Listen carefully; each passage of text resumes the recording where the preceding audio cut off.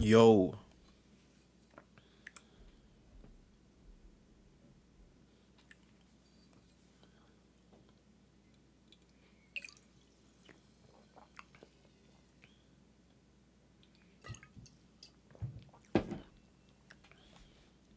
are we live? Are we live? I gotta get the chuffed post pinned.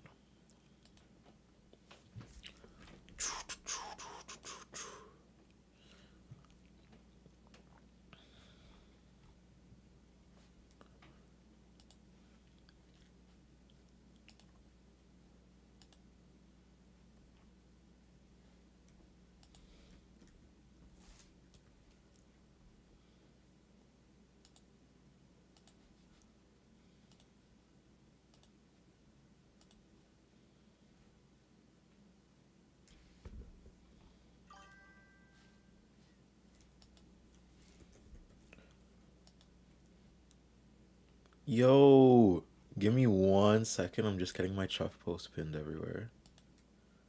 In the chats. Always gotta start with that. How have y'all been going? How have y'all been doing? Oh my god. I slept so long last night. I was so tired after that stream. Crashed.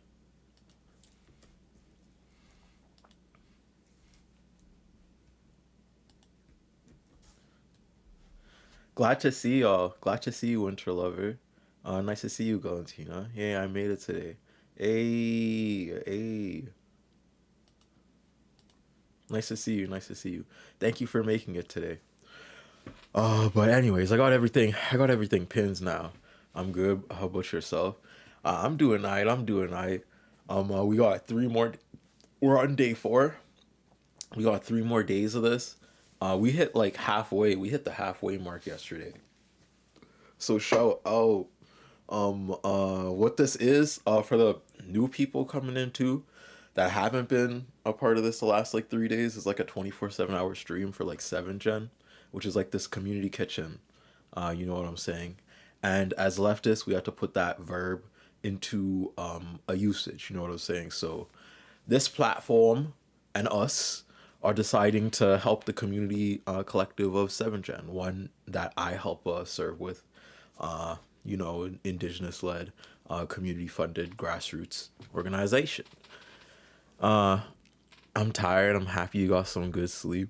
I'm a little tired too, but I did get, I did get. No, what's it called? Stored up rest. That's called fatigue. I'm a little fatigued, if anything. I'm not really tired yet. Bad health recently. You won't be, so won't be talking much. Happy to hear you doing well, and I hope that continues. Thank you so much, Dyra. Thank you so much for the good wishes. And I've been loving seeing you like every so often. So don't even hate. Don't even. I mean, don't even be too hard on yourself. Uh, oh, nice to see you again, Cardamon. Nice to see you again, Cardamon. Yeah, I did. I had an alright sleep. I had an alright sleep. I would say. I would say. But anyways, I also want to check the goal and see how much we bumped up and if we ought to spin the wheel. Oh God, spinning the wheel first thing in the day. Spinning the wheel first thing in the day. Imagine. Oh my God.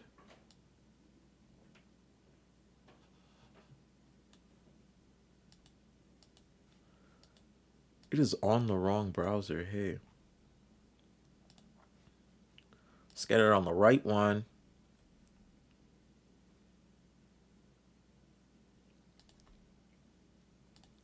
There we go. There we go.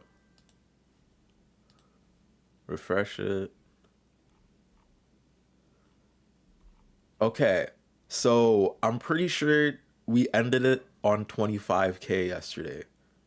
So we had 200 something overnight.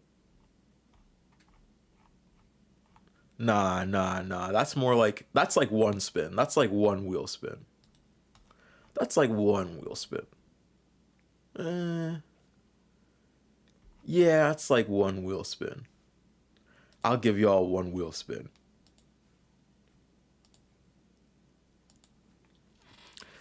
How's day 4 going so far? Day 4, we just started. So,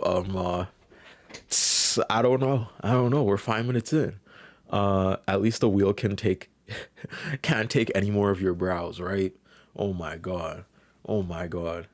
That's, shout out to the casualties of my eyebrows. Shout out to my eyebrow casualties. But anyways, we're gonna spin this wheel. Can we get a, might have to do something.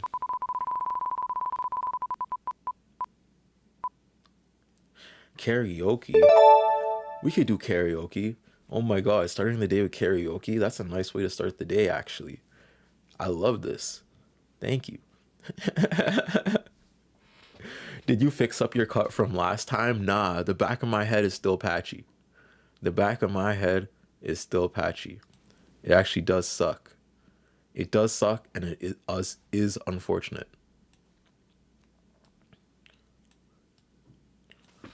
The back of my head will be pressing charges. Really unfortunate.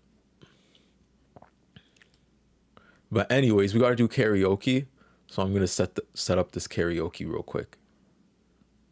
I think it'd be better with this scene, yeah.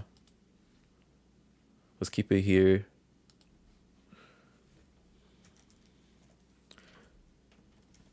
Can I karaoke while I'm playing Minecraft? Can we walk and talk at the same time?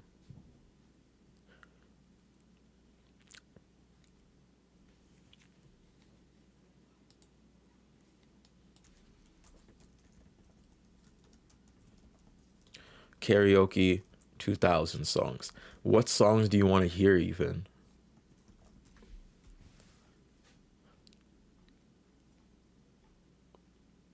Unwritten. Oh my God. We did the climb like 3 times. Maybe Lil Bill will support you. Bald in the future. Me and Lil Bill are about to form a coalition. And then we come in after you. Me and Lil Bill gonna form the bald-headed Unk coalition, and we come in after you. You know what I'm saying? Me and Lil Bill, we going poof, poof, poof. I'm telling you, I'm gonna throw it up like Dwayne Wade did LeBron. Me and Lil Bill gonna get you. I'm telling you.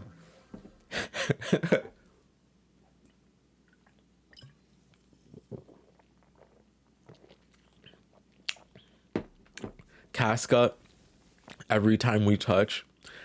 Okay, I'll play that. That's actually a good one.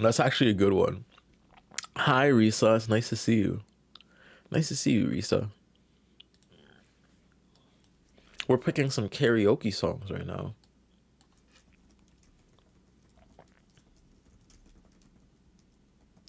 Cascada.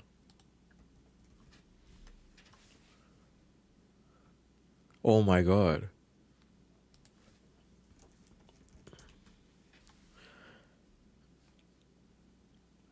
I'm not gonna lie, I'm gonna need the lyrics on screen. Okay, chat. Planning in the chat isn't always we're up to easy. some shenanigans. But when the plan is poutine, suddenly everyone can agree. We wake up to shenanigans. New chicken ranch and bacon poutine. Pieces of crispy seasoned chicken, hickory smoked bacon, and ranch sauce. Now available at McDonald's. We wake up to shenanigans. Adobe Stock Unlimited plan. One powerful plan to meet your needs. Unlimited access. Aye.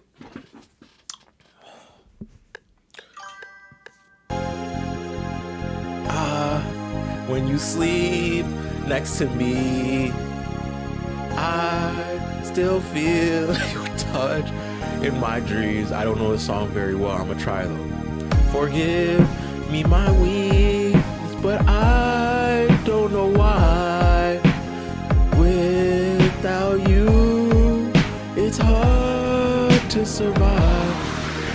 'Cause every time we get this feeling, and every time we kiss, I swear I could fly. Can't you feel my heart beat fast? I want this to last. Need you by my side. 'Cause every time we touch, I feel this badly. And every time we touch, I reach for the sky. Can't you hear my heart beat fast?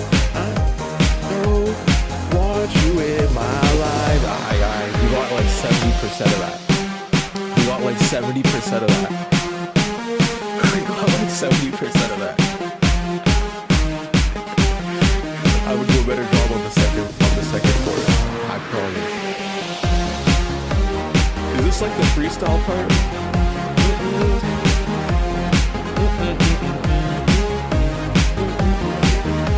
This is the part where people are breakdancing.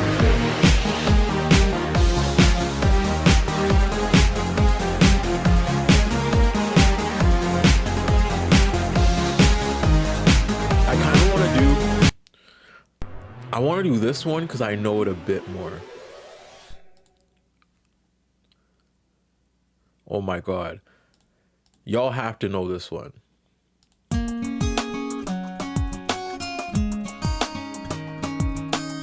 I've always been the hid by faith, so afraid to tell the world what we've got to say. But I have this dream right inside of me. I'm gonna let it show. It's time to let you know. To let you know. This is real. This is I make you all hit the Disney list. Gotta live the life.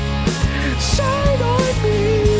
So I am who I am. No more hiding who I wanna be. This is me. Oh my god. I love when they roll karaoke.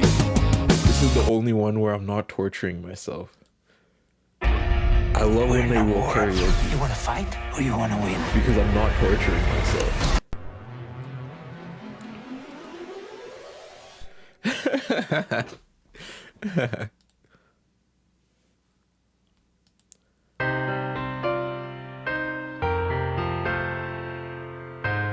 Wait. We're soaring, flying. There's not a star in heaven that we can't reach if we're trying. So we're breaking free. Wait. You know the world can see us in a way that's different from who we are. Creating space between us till we're separate hearts. But your faith, it gives me strength to believe. We're breaking, flying. There's not a star in heaven that we can't reach. If we're trying, then we break it. I need to convince like one of the people that are hopping on today to do a collab with me to this. I'm gonna be like, yo. I'm gonna be like, yo. They rolled karaoke and I'm gonna rig it for karaoke. I'm gonna be like, they rigged karaoke and we have to do this song.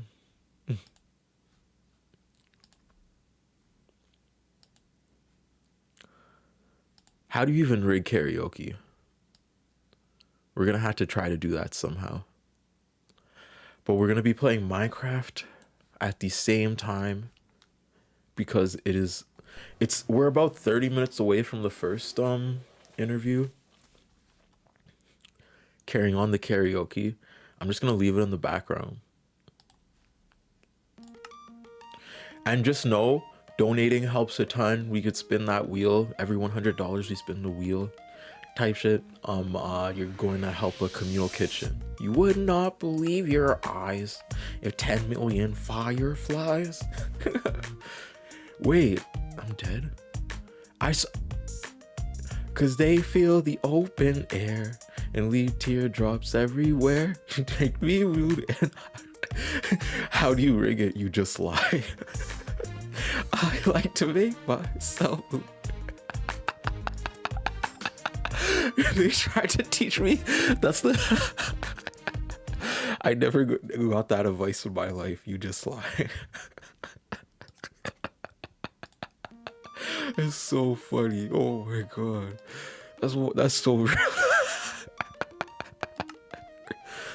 Oh my god. I have a Switch 2 now. I'm so happy I have a Switch 2.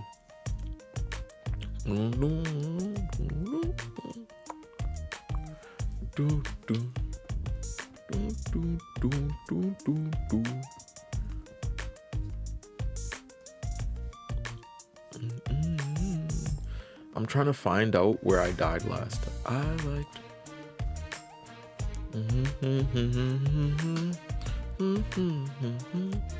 We have Zyla, Pillar of Garbage, Louis Alexander, and Bridget Empire. Oh my god, that's a stacked list. That is a stacked list. I'm not gonna lie though, I do have the laptop version. Myself believe that planet Earth turns slowly. This is where we fell. This is the abyss of dismay and woe and tragedy. This is where we died. This was the woe. When I fall asleep. Oh my god. Please take me away. Why do I tire of counting sheep when I'm far too tired to fall asleep? Wait, to 10 million lightning bugs. And count misty eyes as they said farewell. But I know where several are. If my dreams get real bizarre, 'cause I saved a few and I keep them in a jar. I like to make myself believe, boy, that planet Earth turns slowly. It's hard to say that I'd rather stay awake when I'm asleep, 'cause everything is never as it seems. I fell here. I like to make myself believe. Oh, I'm dead. Turn slowly. I was watching your Usha Vance video when I saw the notification. Thank you so much for watching the Usha Vance video. If you don't know what we're doing here right now, we're raising money for a 7th gen. It's a seven-day thing. Every $100 we spin the wheel, we do something. We're about to have some lovely guests today. It's about to be an amazing day. This is day 4. This is outdated. We're not at 21k. We're at like 25.2k. So I have to say thank you everybody for contributing to that, because it's been amazing. It's been an amazing run that we've gone on so far. Yeah, and Ducky back. Yeah, and I see Ducky. So it's a good grand old time. Low key,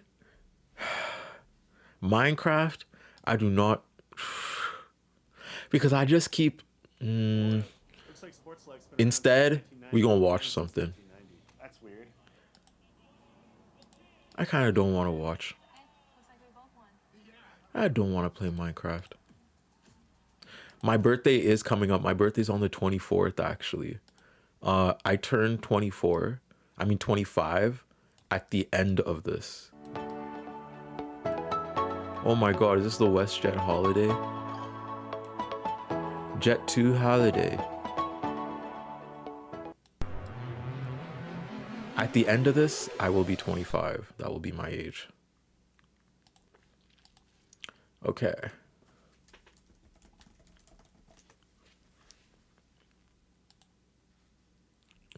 Let's finish this.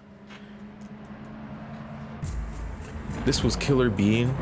This is a story about an anarchist bee, I'm pretty sure.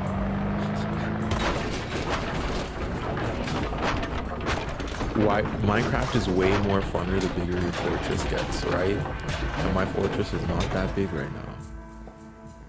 Not gonna lie.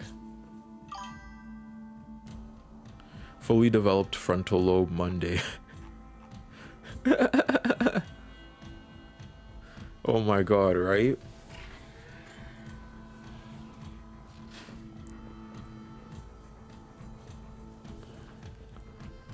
Bro, they getting him. I'm telling you, this is like, this is peak bean experience. Like a story about an anarchist being, I didn't know it would be so good. You know, the author like made this himself, like animated it, wrote it, and oh my god, put it out. I can see we came to the right place. You made short work of these beans. It takes more patience than any game I've ever played, but it also helps to have friends to play with, right?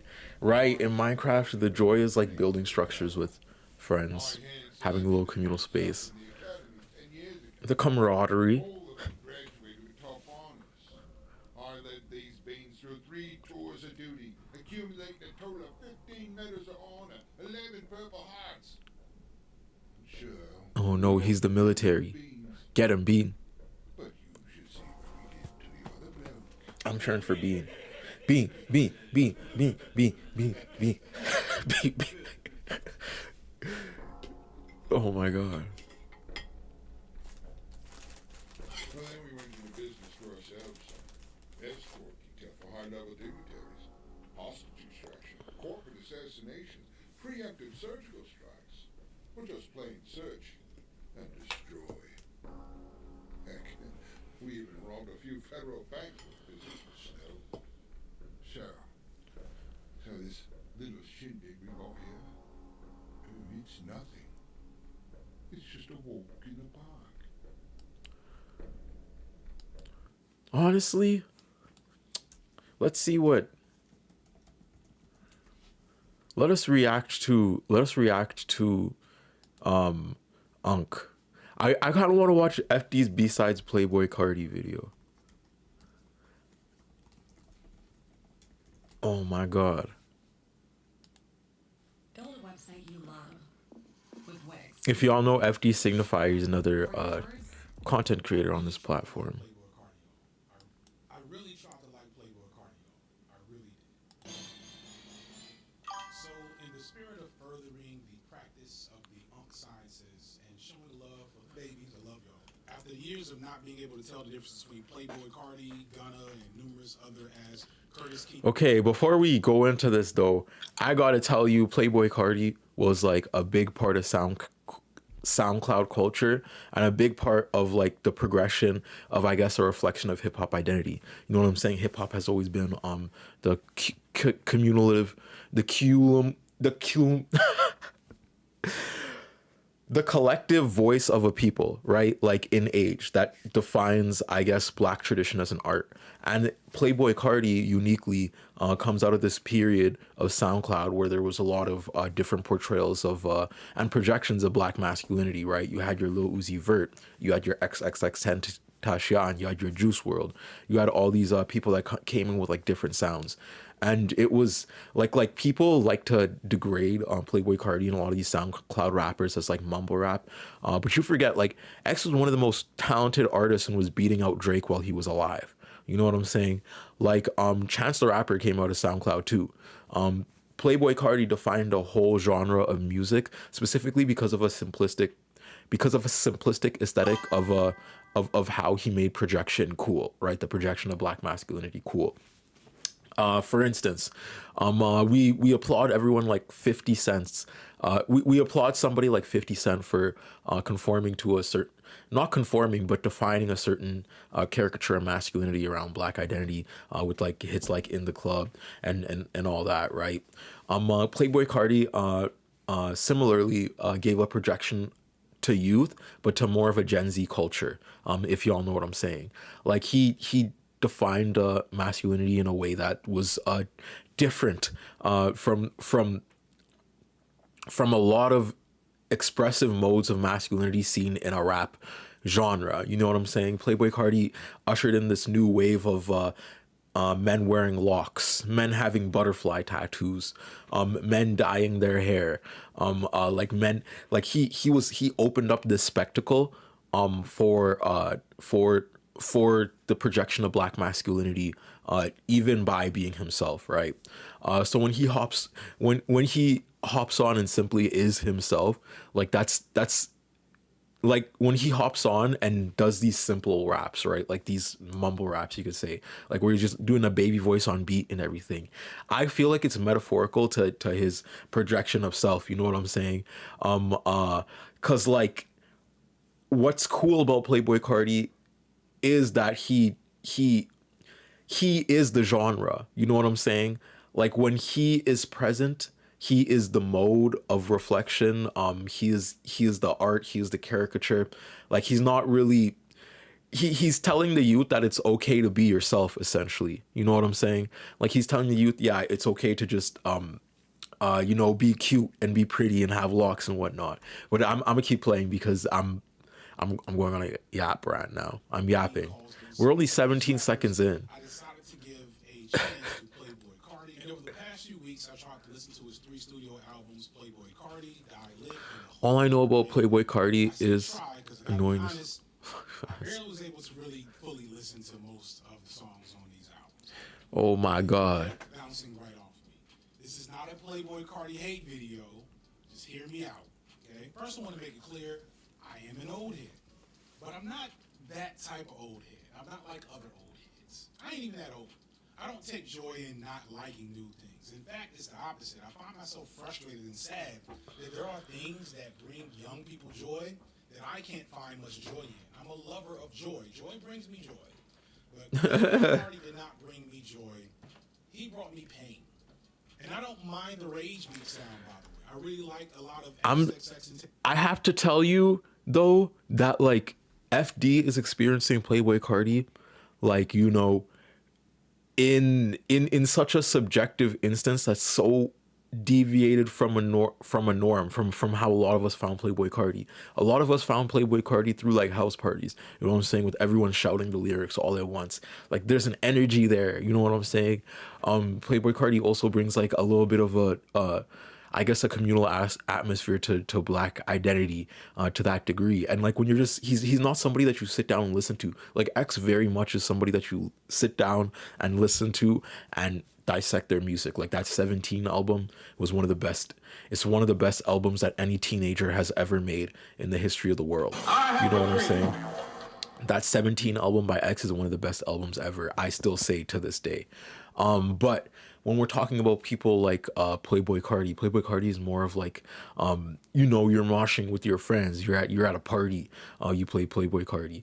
Like I don't think he's somebody that you sit down, you listen to like a Kendrick Lamar. But we're gonna keep watching. Takes Young's mixtape stuff. I really like Mario Judah whenever he decides to drop music. You said Mario Judah? I'm a big dog, big bear, nigga. I'm a lion. That guy? I have a dream.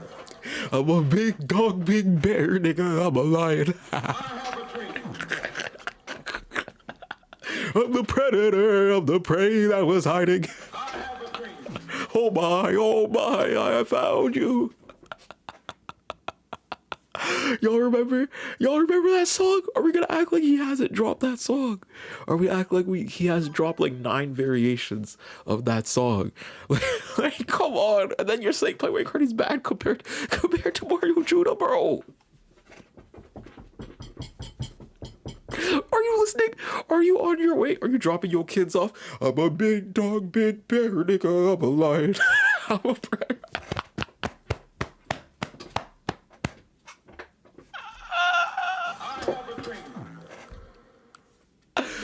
Nah, we're gonna keep watching. That's funny though. This wants you to say Rockstar.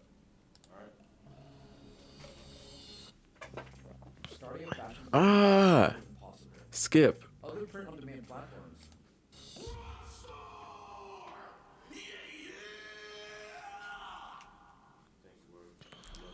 I love a few songs of Lil Uzi Vert, Rico Nasty, etc. I also love me some Denzel Curry, Kenny Mason, who y'all know I can't stop talking about. Yeah, Rico Nasty is underrated. Mafia and what's the dude's name? Made the SpongeBob song.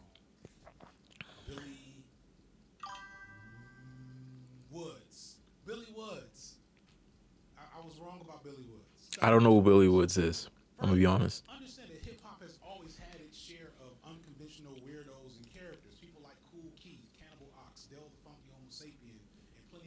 that I know the Villa is having to Google to figure out who the fuck they are. They flouted hip-hop standards and made rap weird and cutting edge decades ago. And more importantly, understand that like new and cutting edge hip-hop sounds are always initially met with confusion and resistance by established rap fans and critics. It happened dozens of times over the years. I'll never forget when crunk started becoming a thing and how many tried to shit on it as not being real rap, and then crunk Happy Trans Remembrance Day. Remember it. so much. I have a dream. Listen to old school and Griselda. Like y'all see me wearing System of a Down and Tool shirts. My favorite rap song of all time is Wait, y'all don't know Rico Nasty? Wait. No, because this is actually. Come on. Listen. Look at this. Y'all don't know Rico Nasty? Yeah. This is Rico Nasty. Yeah.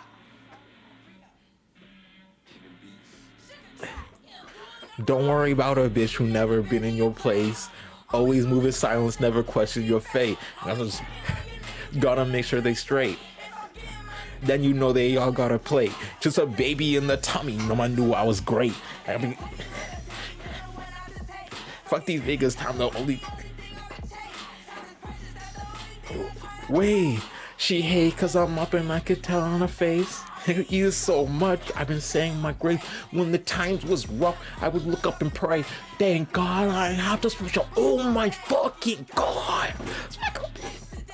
Thank God I ain't had to smack a bitch today. Yeah. Thank God I ain't had to smack a bitch today. Whoa. Smack a bitch today. Thank God I ain't had to smack a smack a. No. Come on. You have to listen to Rico Nasty. Rico Nasty is one of the best artists out there. I'm so sorry. Catch a vibe to Rico Nasty. Just play her. Back to the FD video.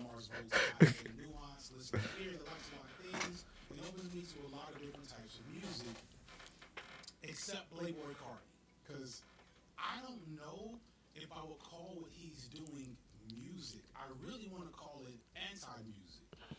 Respectfully. Oh, it's hurting me so bad. I swear it's hurt. It's I have a dream. I have a dream. I have a dream. I have a dream. I have a dream. How do you know? How do you know? How do you know?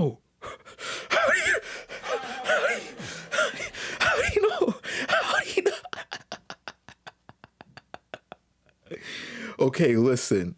Wait. Listen.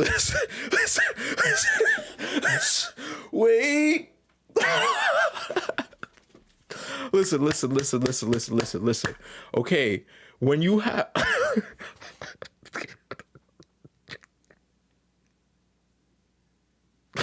All right. We go keep watching. I'm gonna give him the time for that because he clocked me. It's all over. Just follow me for a little bit longer.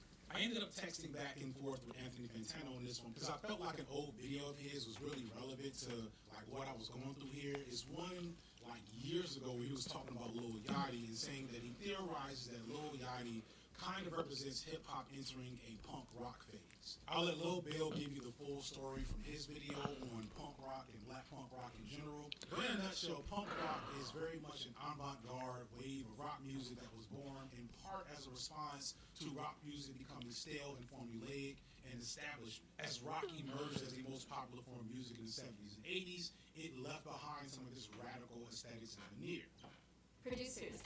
Oh no, I hate when they give us AI ads. I'm gonna get YouTube Premium soon. It also became more technical. Cause what? And there was a desire by some to strip away some of the pomp and circumstance and get back to the intense, aggressive, and simple rhythms and melodies that made it popular in the first place. And this was helped along by the fact that a lot of punk rock's early progenitors were relatively unskilled garage bands who didn't have the proficiency to play like, I don't know, Eddie Van Halen or something. But they did know how to strum a few notes, get a good rhythm and bass line, and get the crowd hyped in a dive bar.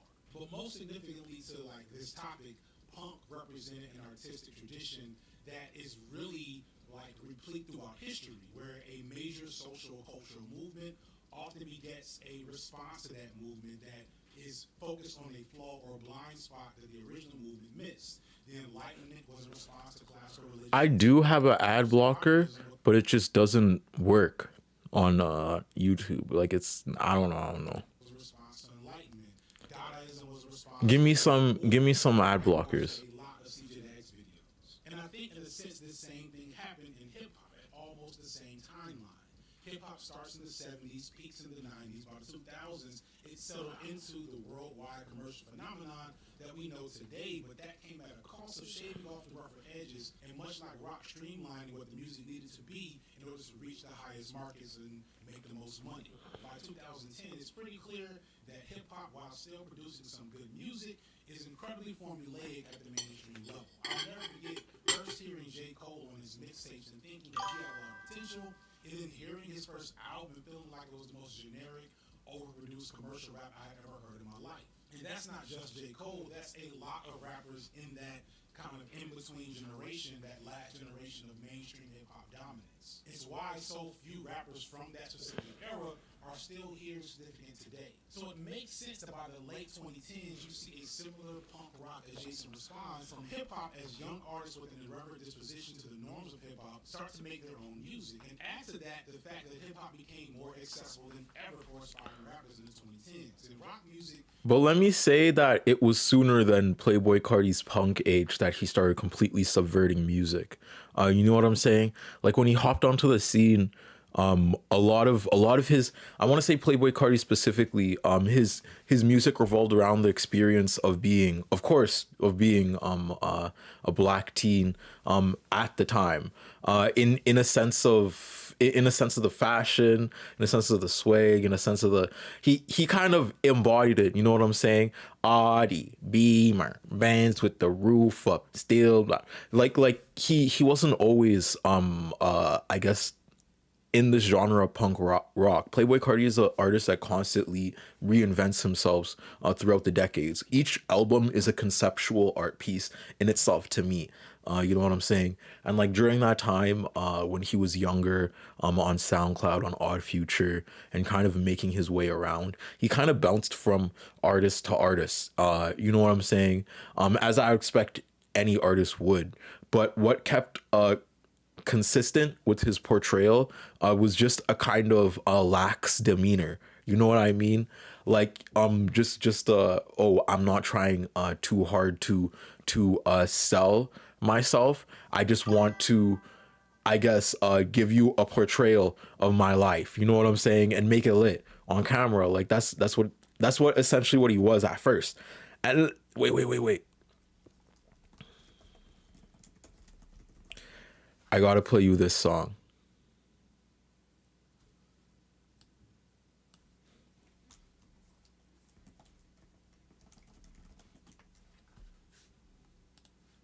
Get the mushroom mozzarella burger. Ah! Beef back for a limited time at A&W. Ah!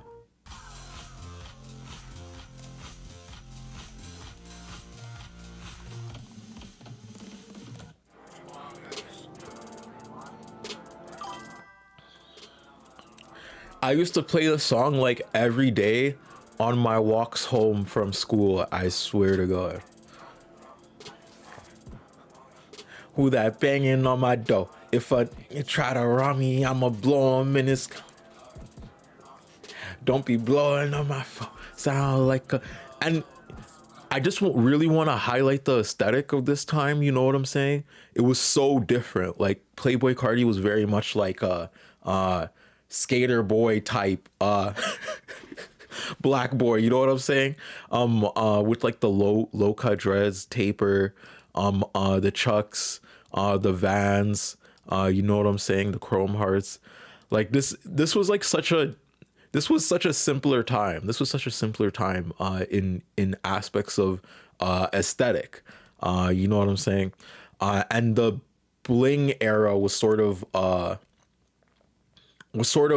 a lot different from like the 2000s. You know what I'm saying? Seeing someone like Playboi Carti, it was way more relatable than like a 50 Cent throwing on like 4 chains, you know, and acting like the toughest nigga in the room. Really, like Playboi Carti was more of a I don't know, more someone like you could just see yourself in, like as a dude. I'ma say. And that's a part of his charm. That's a part of his allure, like how he shifts over time. Cause then when you go to like look at the difference. Look at the stark difference.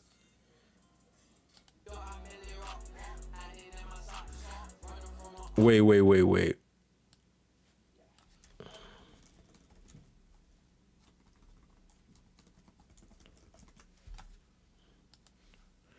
Cause that one's a bit too flashy.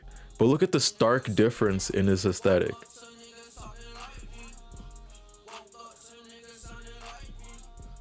Woke up to niggas talking like me. Yeah, they like me. Diamonds on me, ice cream. Yo, the Spike Lee, the Draco, the Spike Lee. Diamonds. I heard these niggas wanna fight me. Mimi, I'm my metro, but you better bring a pipey. We ain't fight. I bet she like me. Exciting. So exciting. Fuck. Like, come on. Like, while he's getting his hair done with the butterfly tattoo.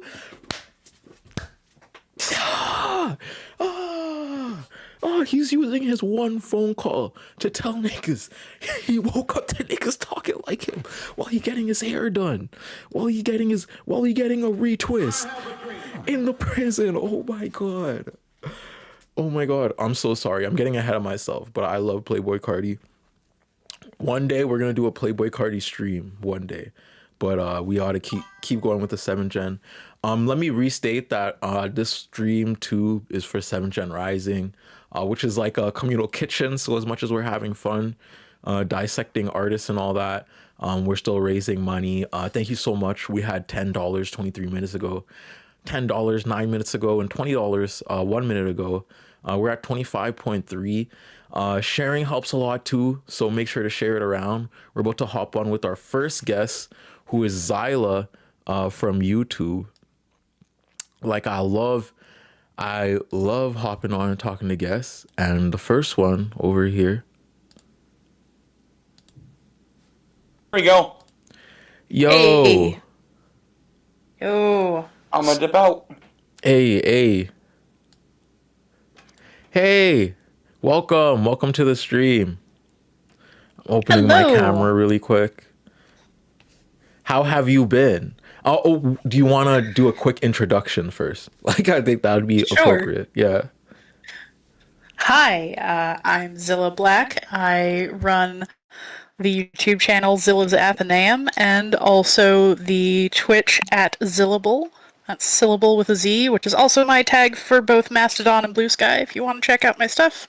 I do a lot of lefty video essays. I do some board game media criticism. I do a lot of history and language tidbits. And on stream every Saturday I do Archeo Gaming, where I play video games with ancient studies stuff and talk about it.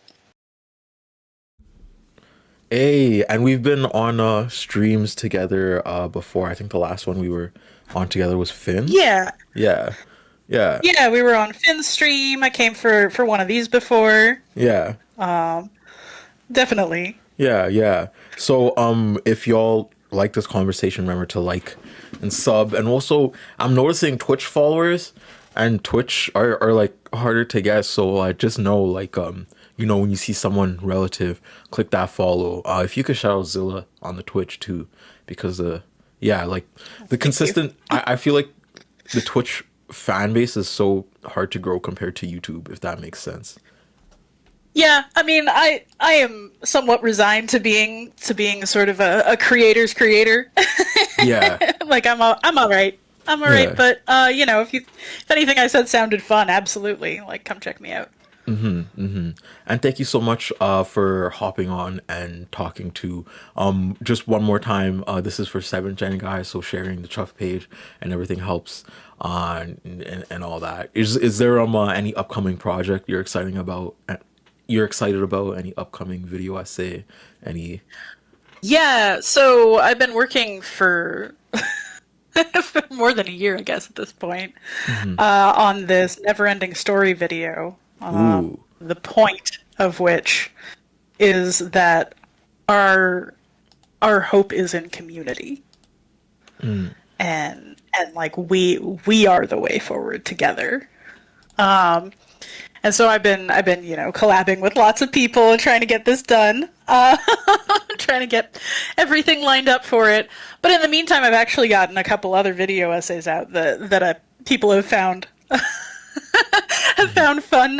So I did one called "You Can't Appease Fascists," which I think is probably one of the best I've ever made.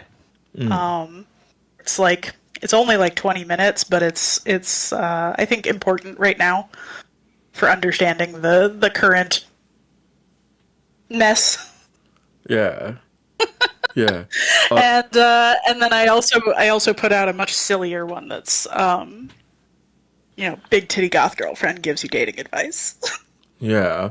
You gotta always like pump out the even the bad art. I don't know, because I like pumping out how I started on the internet was like kind of unserious posts. Like I started off on TikTok, like just posting 60-second like snippets of like whatever I found interesting that day, just sociology clips. Then I just like edited the fuck out of it. Like it would be like boom boom boom, like Vine boom every 3 seconds. I'd be like, did you know that Diet Coke has paramilitary, and then I'd just like go into it or something. You know what I'm saying? Like, so like that way of getting points across is actually such a Gen Z, I guess. Yeah, like I was about to say, is like you're a fair bit younger than me. Yeah, but that way of getting points across too is it's still a good way of communicating with like the youth and everything. But then I go out on YouTube, and then obviously there's a style switch with YouTube. There's a style switch with longer range content and all that. But I do think that there's I guess a joy in different types of art forms, different types of art content, and a different in different mediums of art. Even as like I'm streaming now, and taking a little break from video essays, I'm realizing it's a whole different skill you have to flex, like on a improvisational level, with your pen.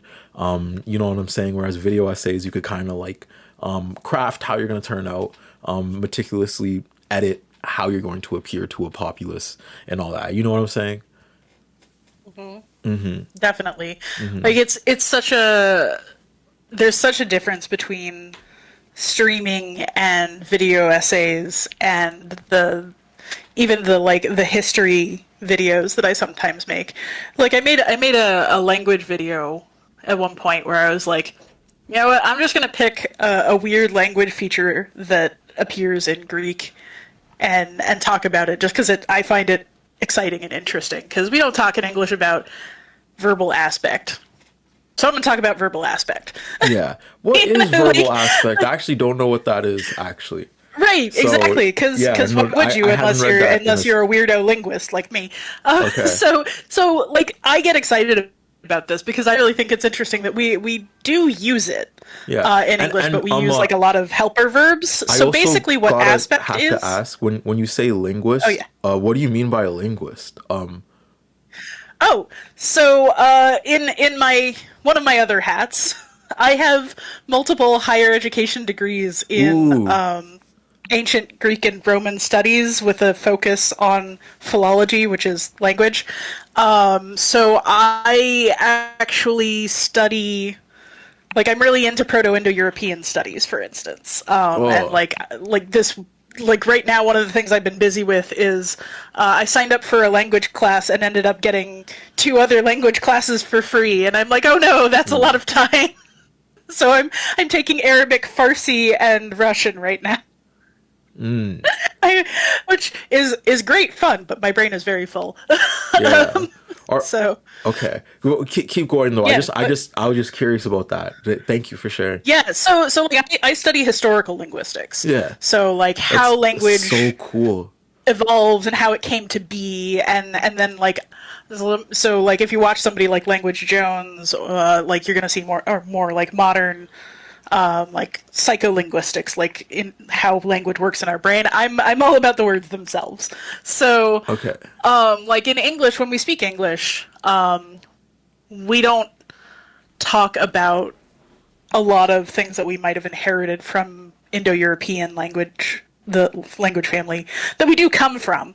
Like, you know, English is related, it's part of the Germanic branch, part of the Indo-European language family tree. So, like, we're speaking a language that is related to Farsi.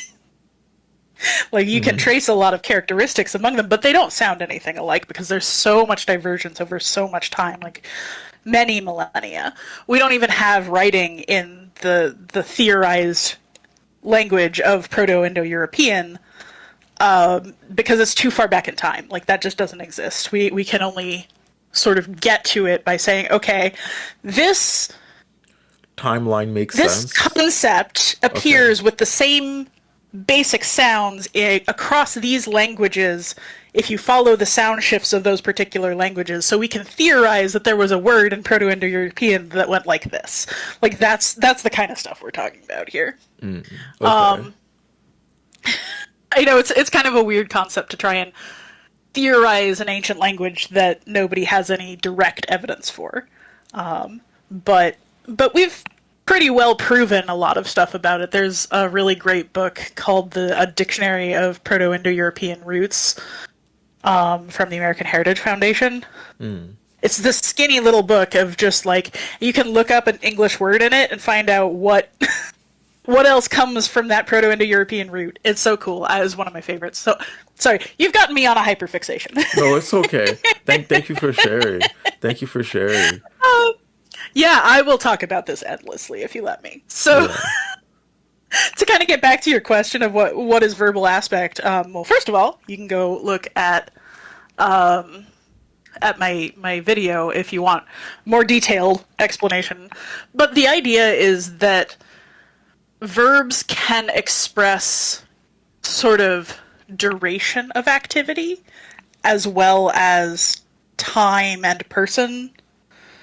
Right, because in a lot of languages, you can inflect a verb to be like, "I did the thing," and you don't actually have to like use a separate word to say "I," because the verb just shows it off.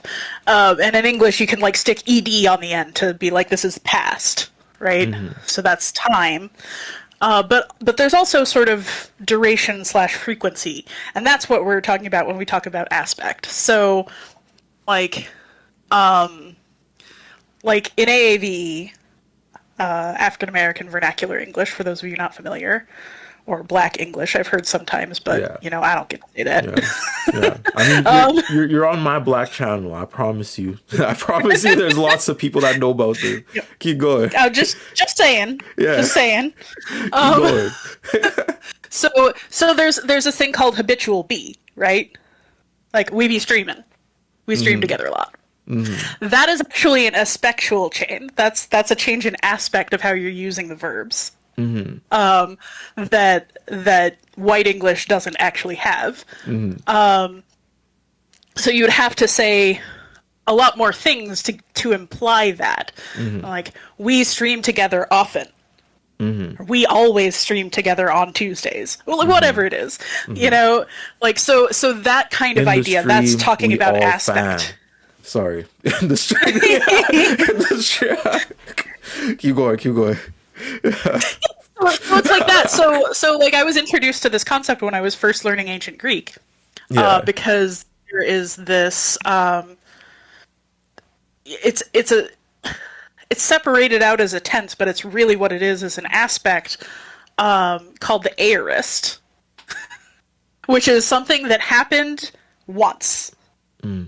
Like, it's like a single action that happened in the past, usually in the past. Sometimes it can mean in the present. So like, oh yeah, I visited Turb once, one time, which did not happen yet. Someday, I'm gonna say hi when I feel safe traveling again.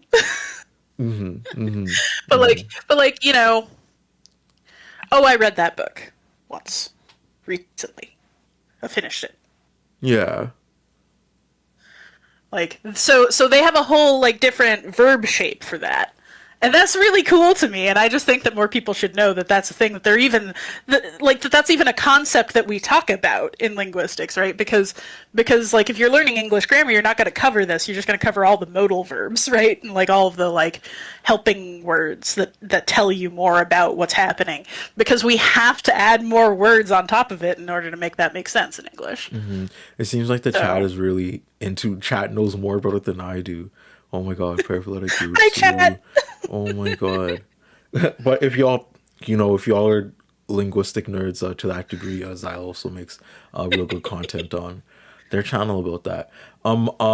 But yeah, I've never. Because it's funny because I do have the most proud of accomplishment I probably have in my life is the English 30-1 award that I got from my school. But after that, I just stopped really taking English. Like I never really had any, because I'm more of like, I love writing. I love telling stories. I love the Near medium, dear to my heart.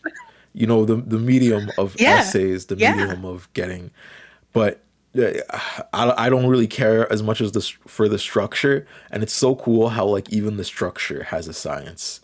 Like, it's cool. Yeah.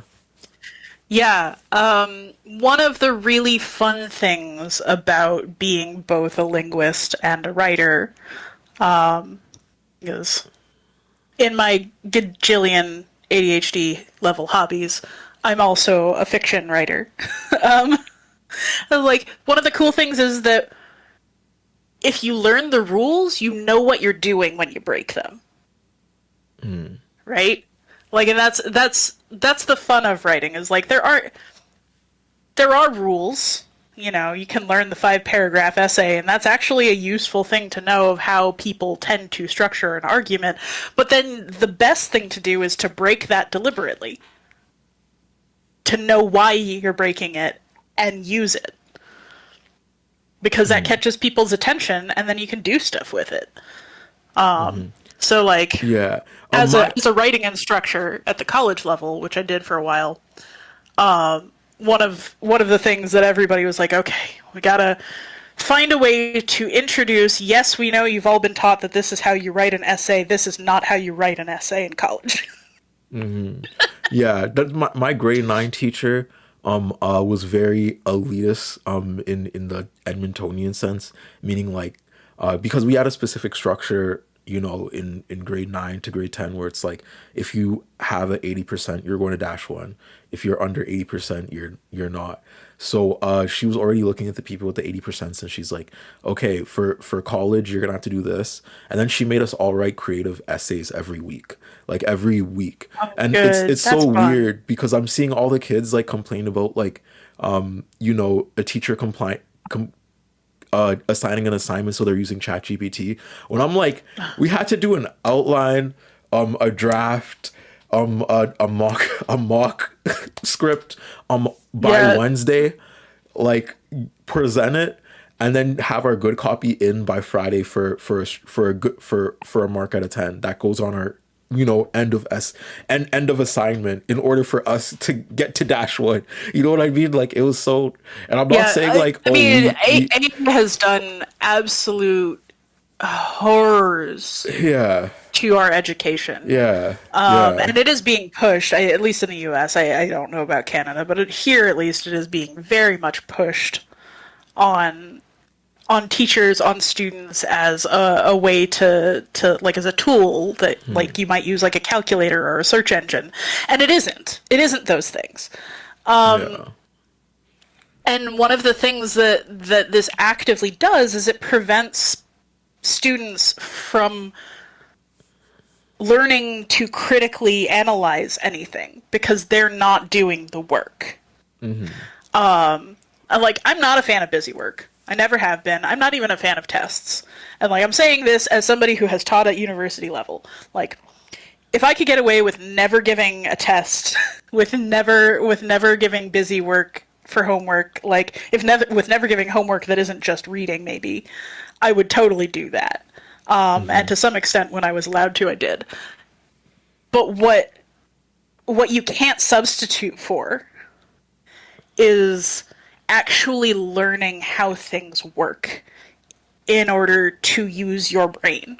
And then that is a skill that we in the Anglosphere, I'll call it, have not traditionally valued very highly in anything but the elite classes, and even then.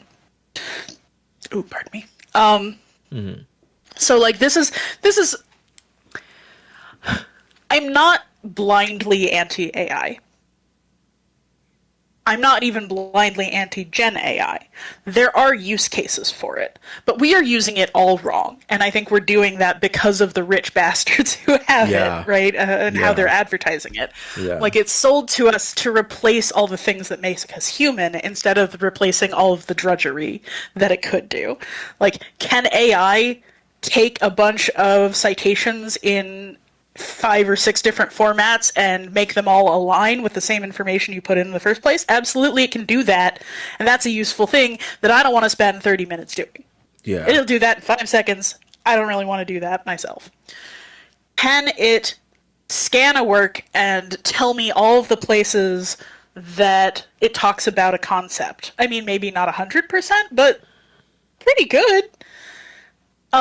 What we have right now is not that far advanced from like autocomplete plus translation, like Google Translate.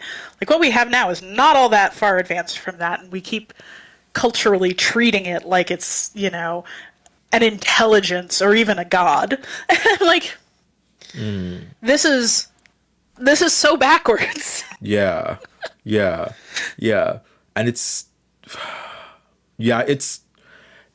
telling, because I don't think that the English language was meant to have, I mean the metric of communication in the English language was meant to have like a calculator as a tool. You know what I mean? Like, I feel like it was, because language is meant for communication between two minds, and if you remove the mind, what are you actually doing with it? What's it for? That's why I am, as a writer, really against AI, because I'm just seeing even as an editor too, because editing is like a fingerprint. Like, when someone edits something, you could tell how they, well, you can't tell how they edited it, but it's like it's different. Like, when I edit something, it's very different than what Danky Jabo edits it. Granted, we both edit on like 20 layers. You know what I'm saying? It looks very different. It moves very different. It's because we have different techniques, because I might use like a rotation for every third keyframe. They might do something else. And it comes out with like, you know, a unique identity in aesthetic with artists. You know what I'm saying? But as like we're moving into AI, and I'm noticing like specific YouTube channels too, like YouTube commentary channels, implement like sorts of like AI with like Google. Like, there's this auto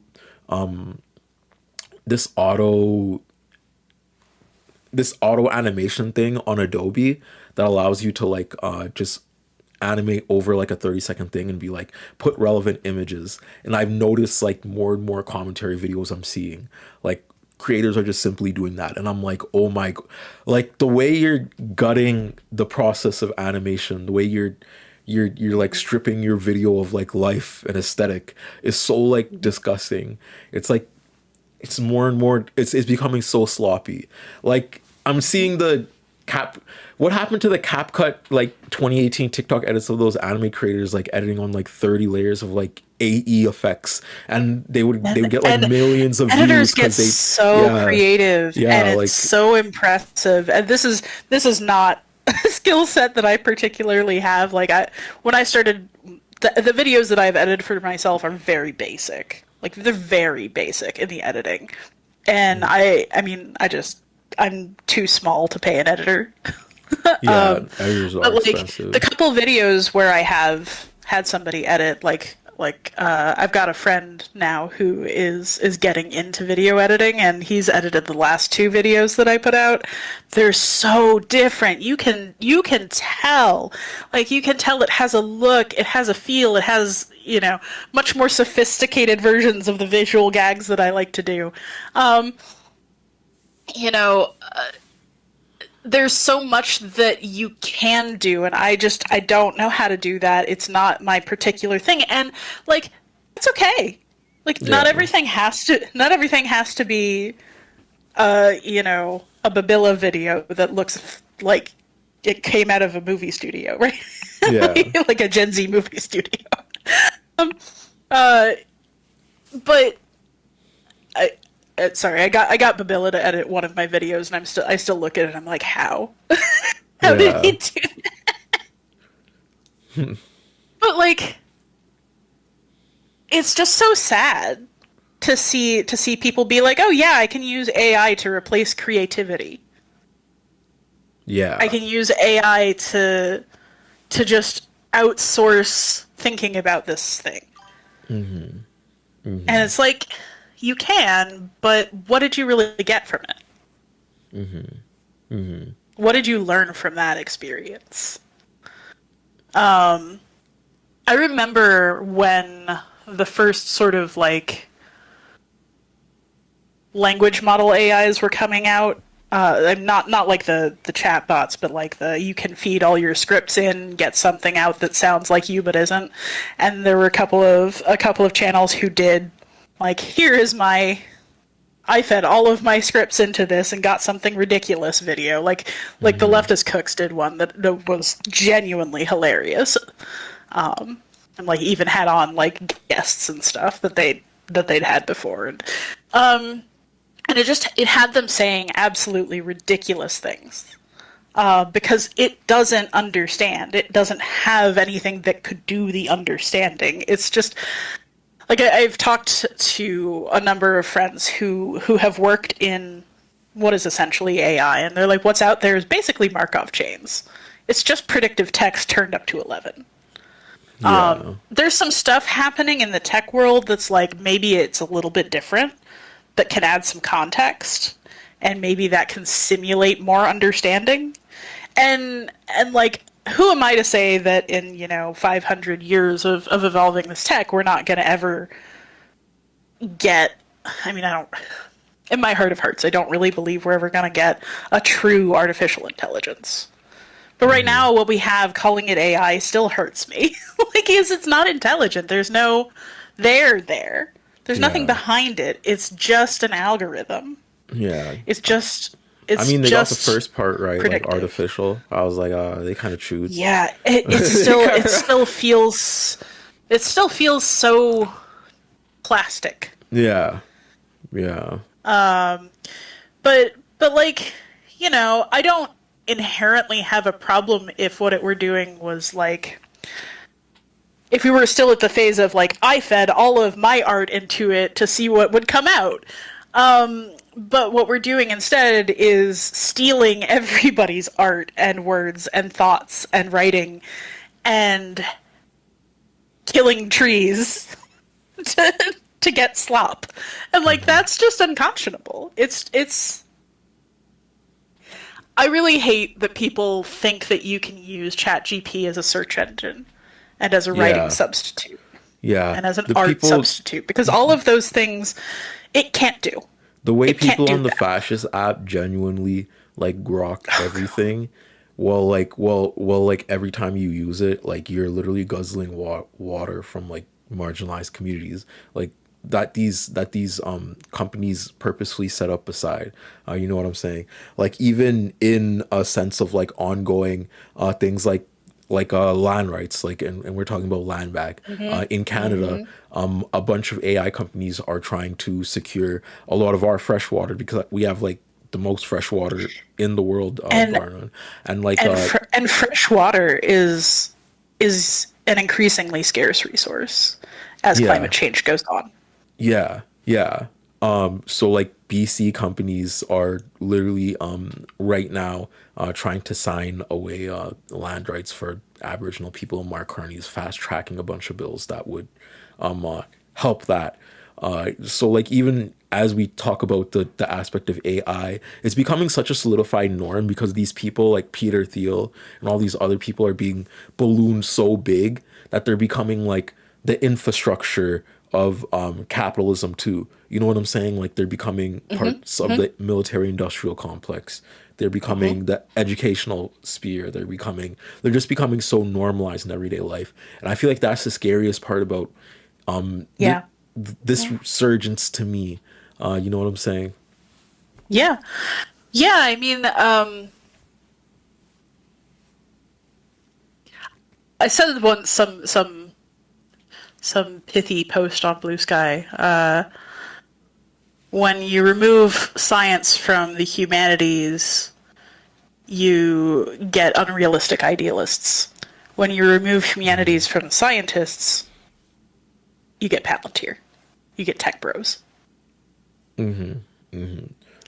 They can't imagine the world being other than what makes sense to them, and no one has ever tried to instill it in them. And like Peter Thiel, I think he believes he's the Antichrist. like, I think he either believes that he is the second coming or the Antichrist and doesn't care which. Yeah, And I wish that I didn't think that, because all of this Christian theology is very silly to me. Well, I was not Christian. I was not raised Christian. It's always seemed a little out there to me. But like the way that it has taken over the richest people in the world, the way that it has driven the most untethered to reality, like to connect it to what's going on in Palestine, it's you know, it's the Christian Zionists are a huge driver for external involvement, right? It's a deeply racist thing. It's a deeply white supremacist thing. Like, oh, well, all the Jews will have to be embattled in the Holy Land and convert. So we want there to be war in the Middle East. We want there to be strife. And like, I wish I could just dismiss this nonsense fantasy stuff, but it's people like Mike Pence, right? Like, it's people high in the government who think this now. It's just, it's so distressing. Like, these genuinely out of touch people like Peter Thiel and Elon Musk. Like, I've seen enough talked about enough studies that like they genuinely have lost touch with humanity because of how wealthy they are. yeah, yeah, And like that's just, it's sad more than anything. yeah. I also have to say, welcome back to Old Greece, and we have had donations that have come in. So as much as as y'all are loving this talk about AI and everything, this is about like 7th gen rising. And we're sorry, could I just read out the donations real quick? I'll be back in like Please 2 do. seconds. We love Okay. donations. I am here to chat and get people interested, so they will make donations because this is important. We got to care for each other. Okay. Thank you so much for and thank you so much for hopping on and like talking with me too. We still got 30 minutes of Zyla and everything, but just remember, if y'all are liking this, if y'all are liking the discussion, the sub button is an amazing thing. When you click it, it makes a little noise. If you click the bell too. So yeah. Yeah. Get that little dopamine ding. Yeah. We so this is for 7th gen rising. If you could see it here on this screen and this well laid out screen on the OBS. We are an Indigenous youth-led two-spirit trans queer and children of immigrants grassroots organization. We believe in Black and Indigenous liberation. Some of us are settlers committed to making reparations through direct aid, action, community care, and harm direction. This is not charity, this is mutual aid, which means we're committed to reconciliation and reparations. You know what I'm saying? Since March, we've gathered every Sunday at 5:30. We often provide up to 300 hot meals. We give weather-appropriate clothing, essential resources, attention, and care to our relatives, like insulin, because we have some of the most, worst overdose rates ever. I mean, not ever. We have some of the most, we have the worst overdose rates in Canada, in Saskatchewan, and that's because of a history of systemic marginalization with our Indigenous population, right? Our love languages are food, acts of service, and words of affirmation. Every dish is lovingly made by aunties, youth, and community members who care deeply for our most vulnerable. So thank you so much, Anonymous for 25, Peter for 10, and Dylan for 20 while we were talking. We're at 25.3K. We're $60 away from spinning the wheel. Thank you everyone for coming. Just remember, sharing helps a lot too. As much as like chilling and sitting and talking with us helps, sharing helps a lot too. Sharing it everywhere, getting it out there and everything. All right. Head back to the Discord. I'm back. We're back. Hey. Short commercial break. Commercials for caring for each other. Best kind of commercial ever. Yeah. Oh my god. Ooh. Okay. So in aspects of next projects, you said the Never Ending Story. The last time I watched the Never Ending Story, I swear, was while I was super young. I was probably junior high. Like I remember I had it on VHS though. If the audience might not know about that Never Ending Story, so do you want to like tune them in? Yeah, sure. So this was a staple of my childhood. This movie. I have also read the book, and I do know that the movie is only the first half. Mm-hmm.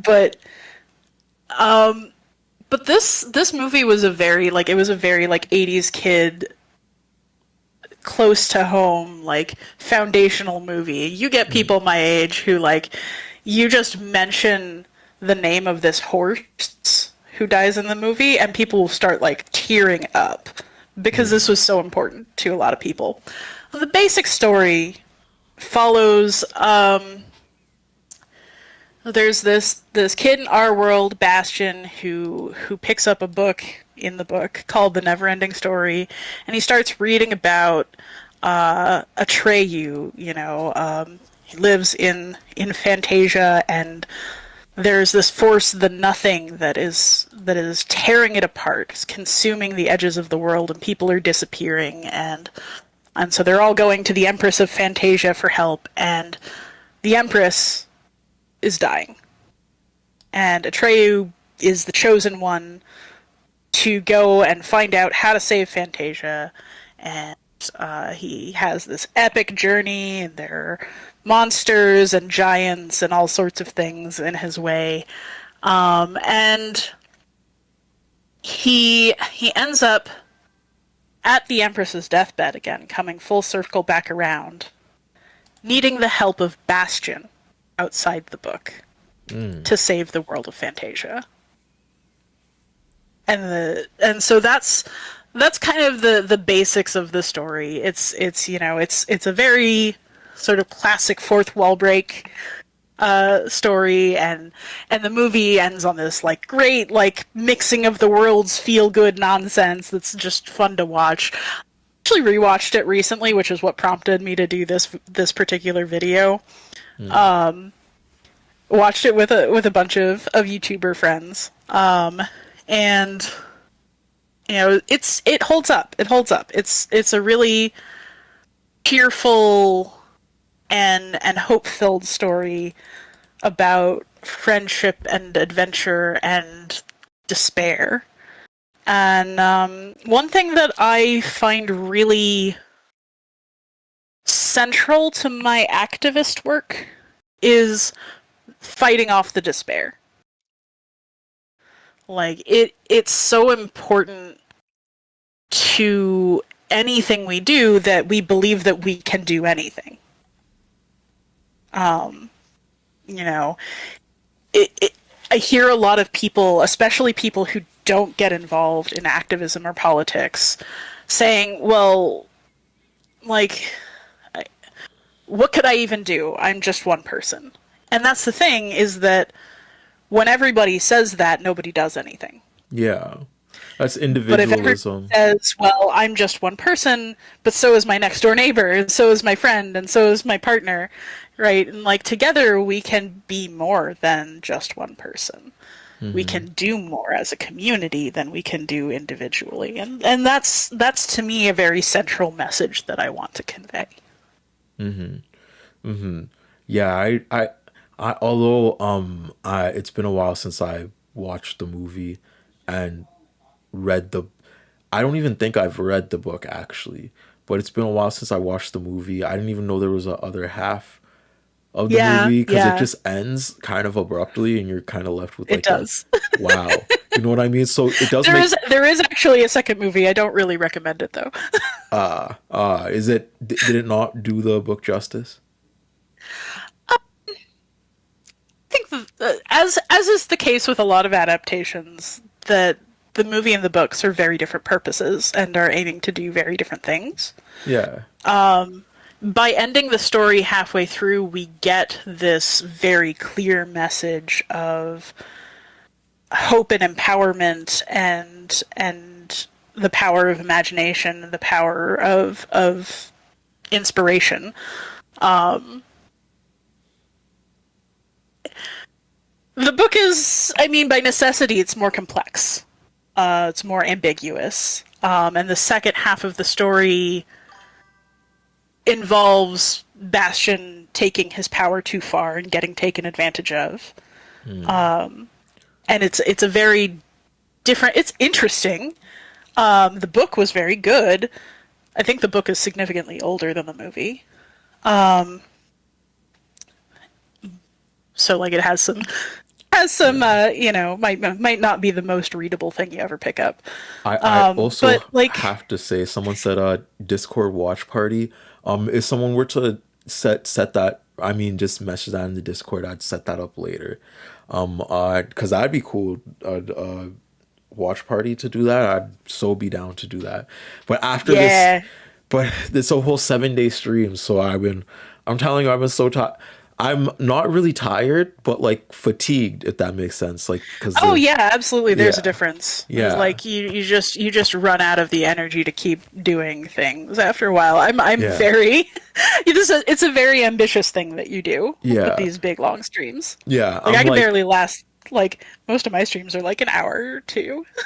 Yeah, all good though. I'm just happy that it goes to a good cause, and actually it works. Like a lot of the time it works. A lot of people see it, a lot of people donate. And that's because of the audience too. Like I have a really cool audience that comes in and helps share things around. Helps donate. Yeah. I'm so glad.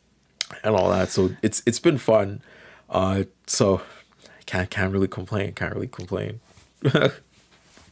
But when you stream, what do you usually stream? What do you usually do? Like, what's your so I do Archeo gaming streams.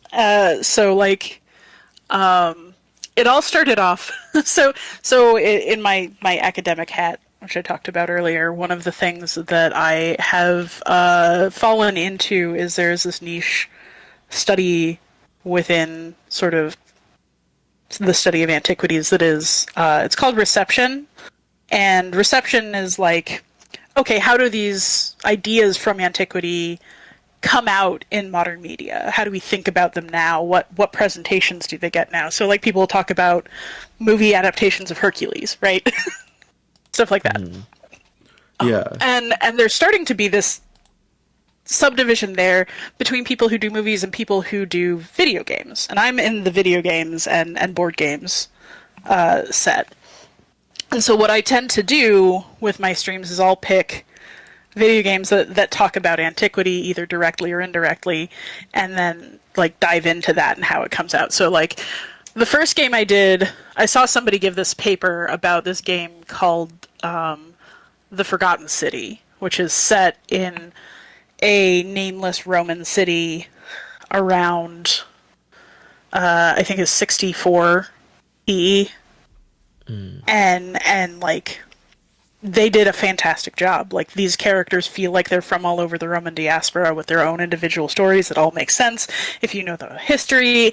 The architecture is stunning. The like you get to delve at some certain points into like older Greek and Mesopotamian stuff, and that's all extremely well done as well. And it's just, I was like, okay, I couldn't stop talking about this. And one of my friends said, "You know, I would watch if you streamed that." And at the time, I didn't have a streaming channel at all.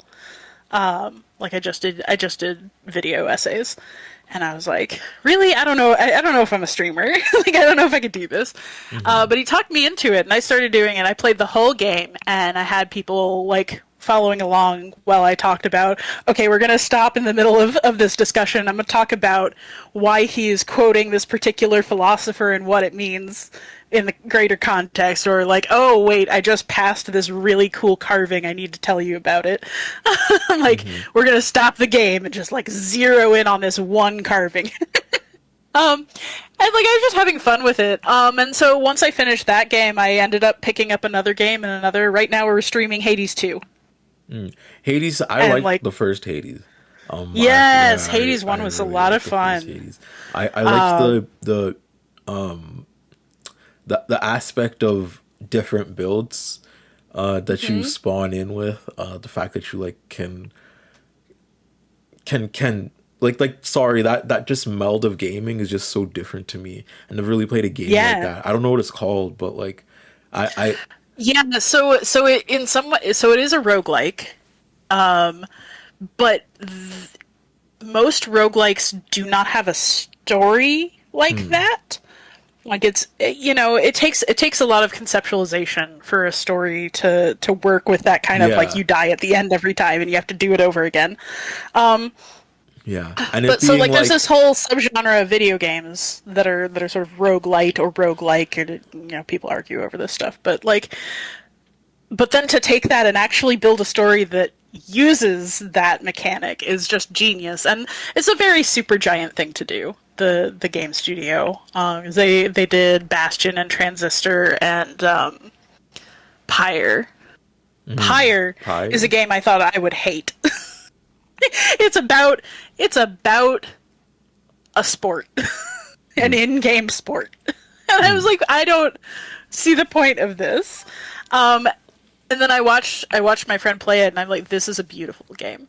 This is a fantastically beautiful game, and I'm so glad that I actually watched it instead of just like dismissing it entirely. And thank you so much, Ducky Do for being here for so long. They got to go to an appointment.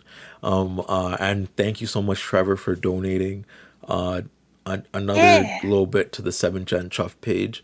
Dre just posted there again if y'all want to see where it is over there.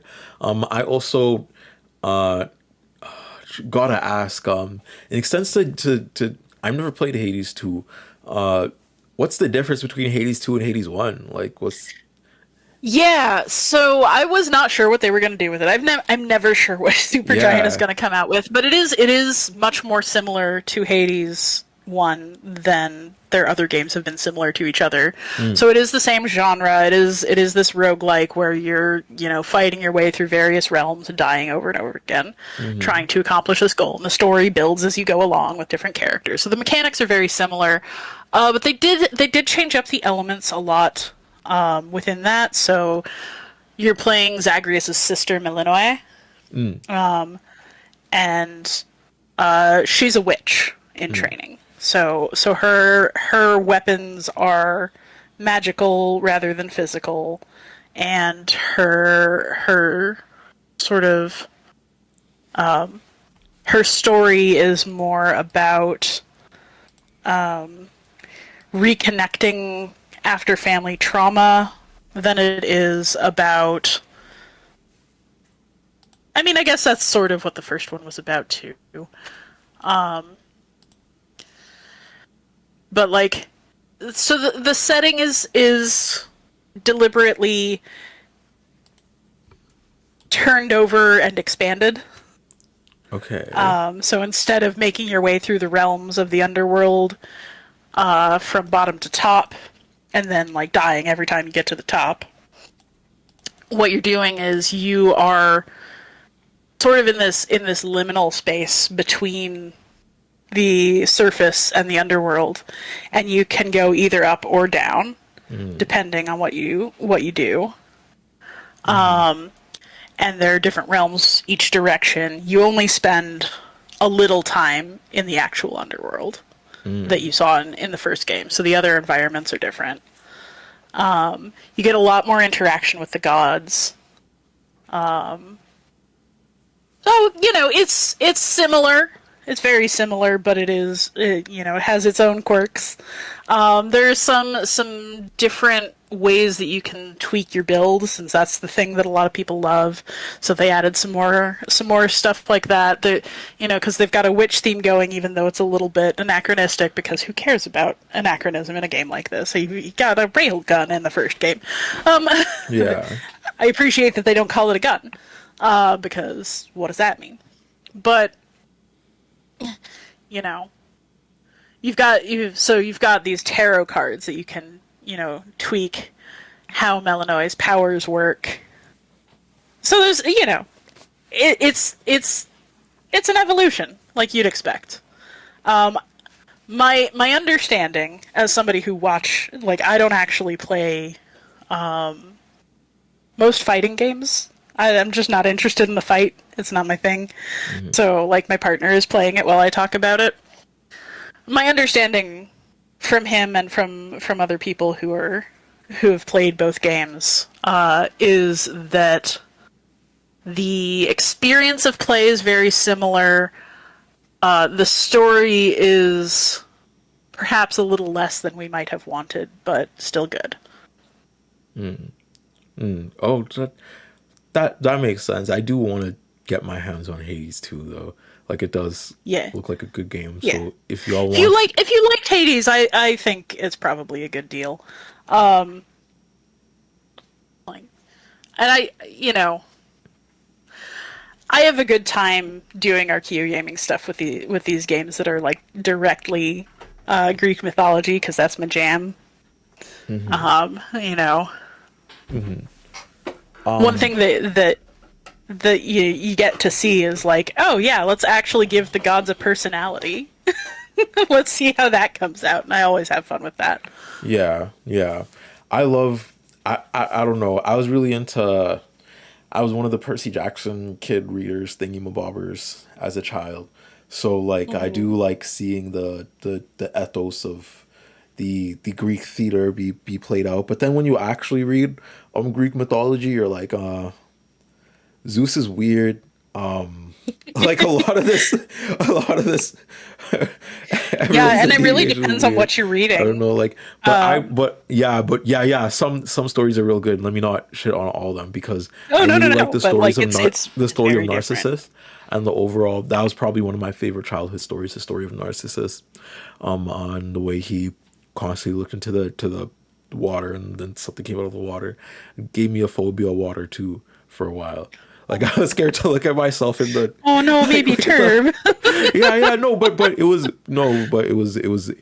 was because I was like. Well, Narcissus is in Hades too, so you'll like that. Ooh. But I do like a lot of Greek stories. What got you into the genre of Greek mythology, if I were to ask? Oh yeah, I had the classic little kid thing where I found a book of Greek mythology and read it cover to cover multiple times. Yeah. And I got very lucky because I had multiple versions even then. I'm also just switching my camera really quick because it's about to die. Yeah. I'm still listening though. Yeah. So I got into it real young, like I think a lot of people did. And I was definitely that kid who was like, I'm going to read every book on every mythology I can find. Like, I remember the joy of the first time I found a Celtic mythology book, and I'm like, what is this? I've never seen this before. You know, I've always loved that kind of stuff, and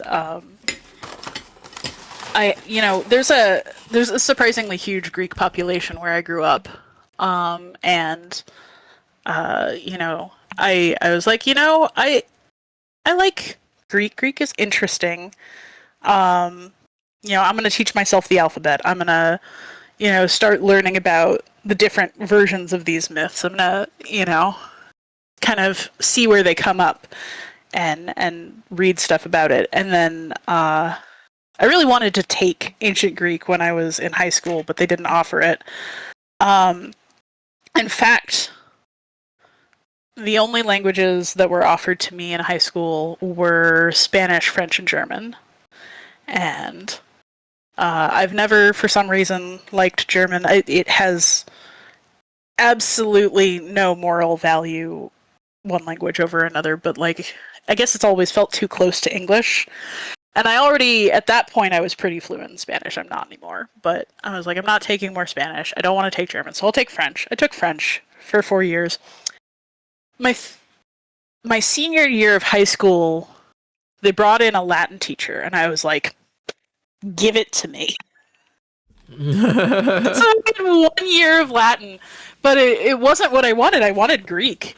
And so when I went off to college, I was like, okay, first class I know I'm signing up for is I want to take ancient Greek. I want to get into this. And I ended up actually I ended up not pursuing Latin again at all until grad school because I was like, this is boring. I like the Greeks. The only Greek adjacent class I took was we did a class about the Hellenic tree. We basically just talked about the deviations of city states of Athens and how they interacted and everything, and how it worked from a religious sense in aspects of absorbing gods into the brand. Interesting. Yeah, but that's so fascinating. Yeah, but that's I've never had it. I've never had it pitched to me that way. Yeah. That's certainly true. Yeah. That was good old McEwen University. Yeah. But so as a grad student, I taught Greek Myth 101 and Greek History 101 or 111 or whatever it was called. And so I did a bunch of those things over again.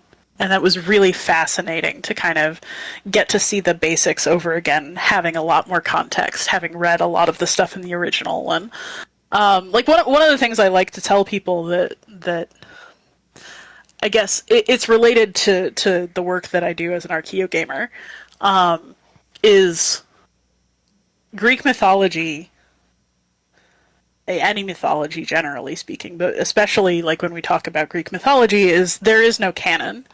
What we think of as canon is a particular version of Athenian mythology, because the Athenians are who we have the most writing from. And then we have a particular set of people who translated those myths not just into English, but into stories that are easily digestible for kids in the Anglosphere. Your Edith Hamiltons and stuff. And so we have this sort of idea of canon, and then people are like, oh, you can't deviate from that. And no, it's a lot more like comic book history than it is real history.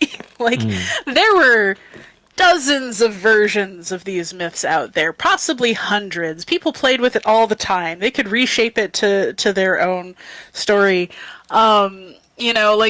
There's a version of even the most basic, you see these stories of Hercules, right? That's one of the popular ones right now.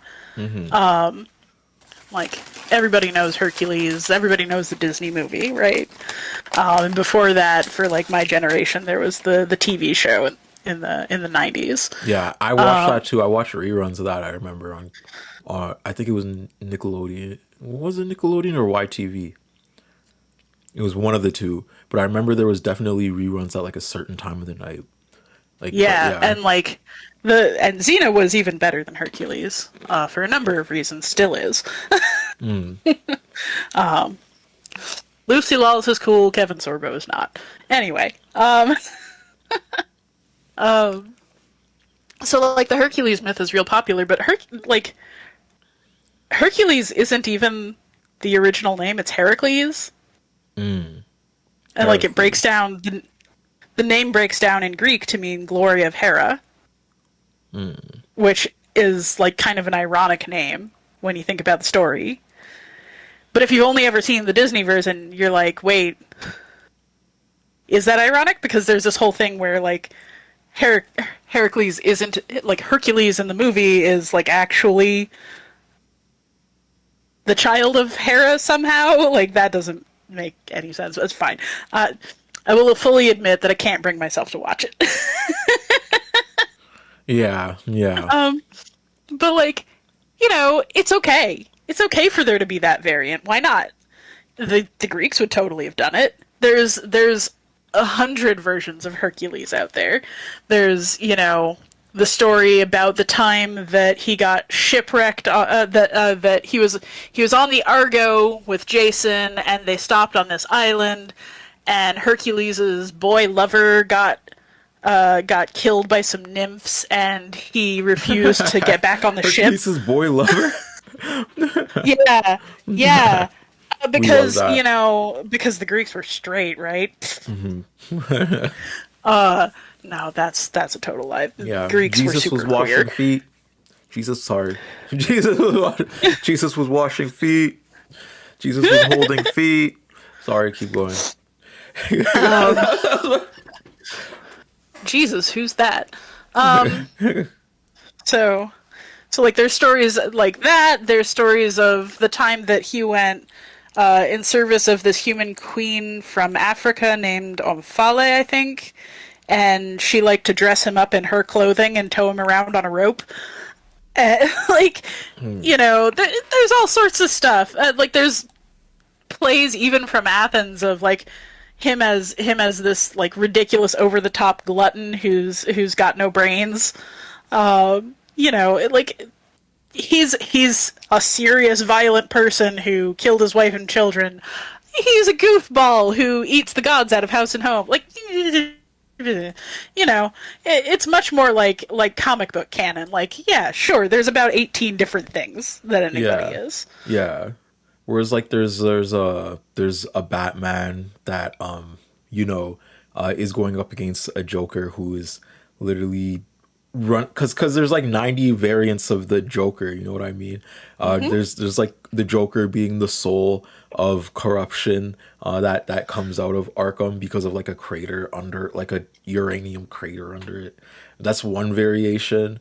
There's variations of Joker being just like an anarchist against the capitalistic class, and Batman being like more so of like a bad guy. And combating this guy and having to come to the consensus that he's I guess feeding into an aspect of capitalism by being a billionaire and is the infrastructure of capitalism. There's so much different variations, but the skill or the craftsmanship with those books is how you can paint a societal story that resonates with the people of the time, right? Like Miles Morales was really good for the 2010s because there was an aspect of representation being sought for on TV in and of itself, further than just a aesthetic representation of like Wakanda, you know what I mean? And Miles Morales brought that to the forefront, brought more than that, its animation studio redefined a lot of children's animation to the modern day and all that. So like, yeah, I'm guessing that's what it's like with like Greek characters. Yeah. It's like how well authors weave those stories of people in the past were just people. They do the same. They like the same kind of nonsense we do today. You know. We might have different tools that we're working with, but we as humans are very similar to the way that we were at any point in human history. You know. And I like the aspect of stories, you know, changing contextually just by having a different narrative verb with the protagonist. I like that. Like, what if this was the exact same protagonist in the exact same world, but they actually wanted to do this, or they actually wanted to do this, and like the philosophical, you know, I guess reasonings behind it, how stories would change, how it changes the morality of the story, how it carries on, even a narrative of the story itself, you know what I'm saying, because these stories survive. Yeah, I was just talking to a friend about the new Frankenstein movie. Yeah. And like, I don't know if you've seen it. I haven't seen it. I did watch, but like, I read the Frankenstein book though, because it was mandatory for like our class. And then yeah, and I watched the movie, but never this one. Like I'm guessing it came out 2025. Yeah, it's brand new. I haven't watched it then. It's like Del Toro directed, so like, you know, the visuals are going to be stunning, and they are. But like, one of the things I've been talking with my friends about this is like, you know, when Mary Shelley wrote Frankenstein, you have this liberated suffragette's daughter in the midst of the most sort of like fuck the world romantic poets party,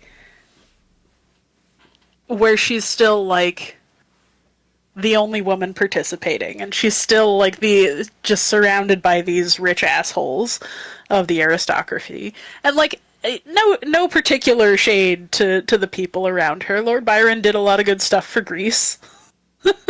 He actually fought in Greek liberation from the Ottoman Empire. They have like statues to him and stuff. And like, there's a lot of good that came out of these folks. I never actually liked the book Frankenstein. I also read it for high school English. Yeah. But like, if you look at what she was writing about, a lot of what she's doing is talking about the arrogance of aristocratic men in her society, and the horrors that they perpetrate not only on what they should be caring for, but also on the innocents around them, and the women around them. Right? They, you know, the Jurassic Park metaphor of, but you never stop to think if you should, you know? But like, she's really taking that and talking about like, what does it mean to have a soul, and what is morality, how much is nature, how much is nurture, what does it mean to play God? And these are all really relevant questions, right? And then you get a lot of different variants of the Frankenstein story over time, and like, you get this very sort of, I think, shallow reading that moves very well, that is, oh well, the monster is evil, and Frankenstein's real, you know, his real failing was that he made something monstrous. And that has kind of swung, the pendulum has swung now the other way. You got the meme about how Frankenstein was the real monster, and the monster was just an innocent. And Del Toro's movie definitely falls in that category. It really makes the moral ambiguity, or the moral ambiguity is not really there. It's like, the monster is an innocent, Frankenstein is a human monster. And like, and I think that's a really interesting trend to watch. I think it says, like you were saying, a lot about our society and what stories we need and what fits the moment. To say that like, we as a society are doing so much to oppress our most vulnerable people, and to outright slaughter those who would protect them, you know? Yeah.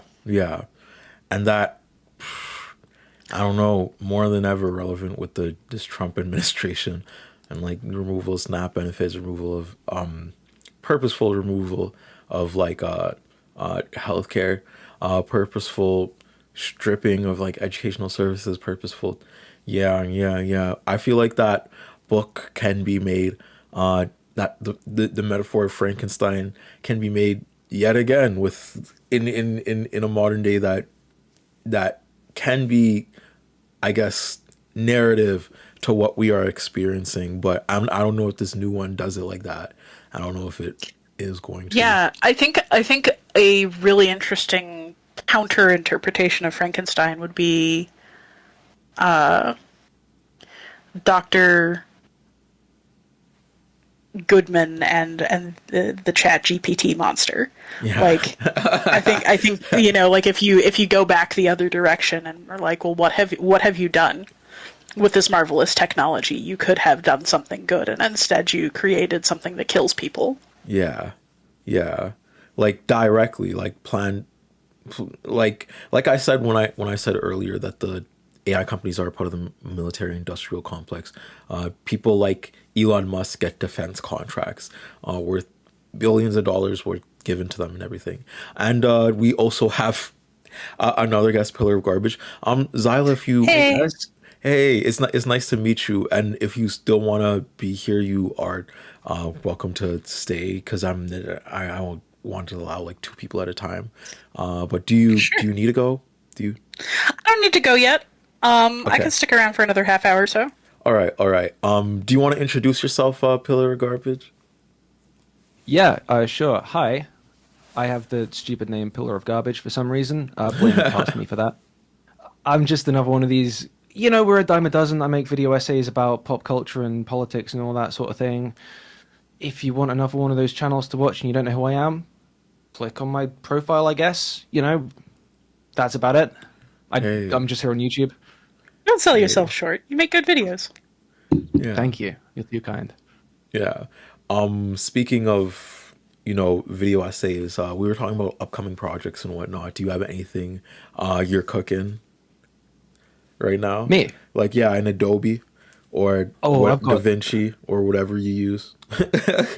I've got about 20 things all going at once. I made the silly choice this year of trying to like switch to, longer, better videos, and the result of that has been a couple of those, and then like about 5 or 6 things I'm really excited about that are just months and months away still. So, video about how AI is a cult and it's just a mirror of dumb, cognitive mistakes we made hundreds of years ago, and how, maybe these STEM guys should take humanities and they'd realize that.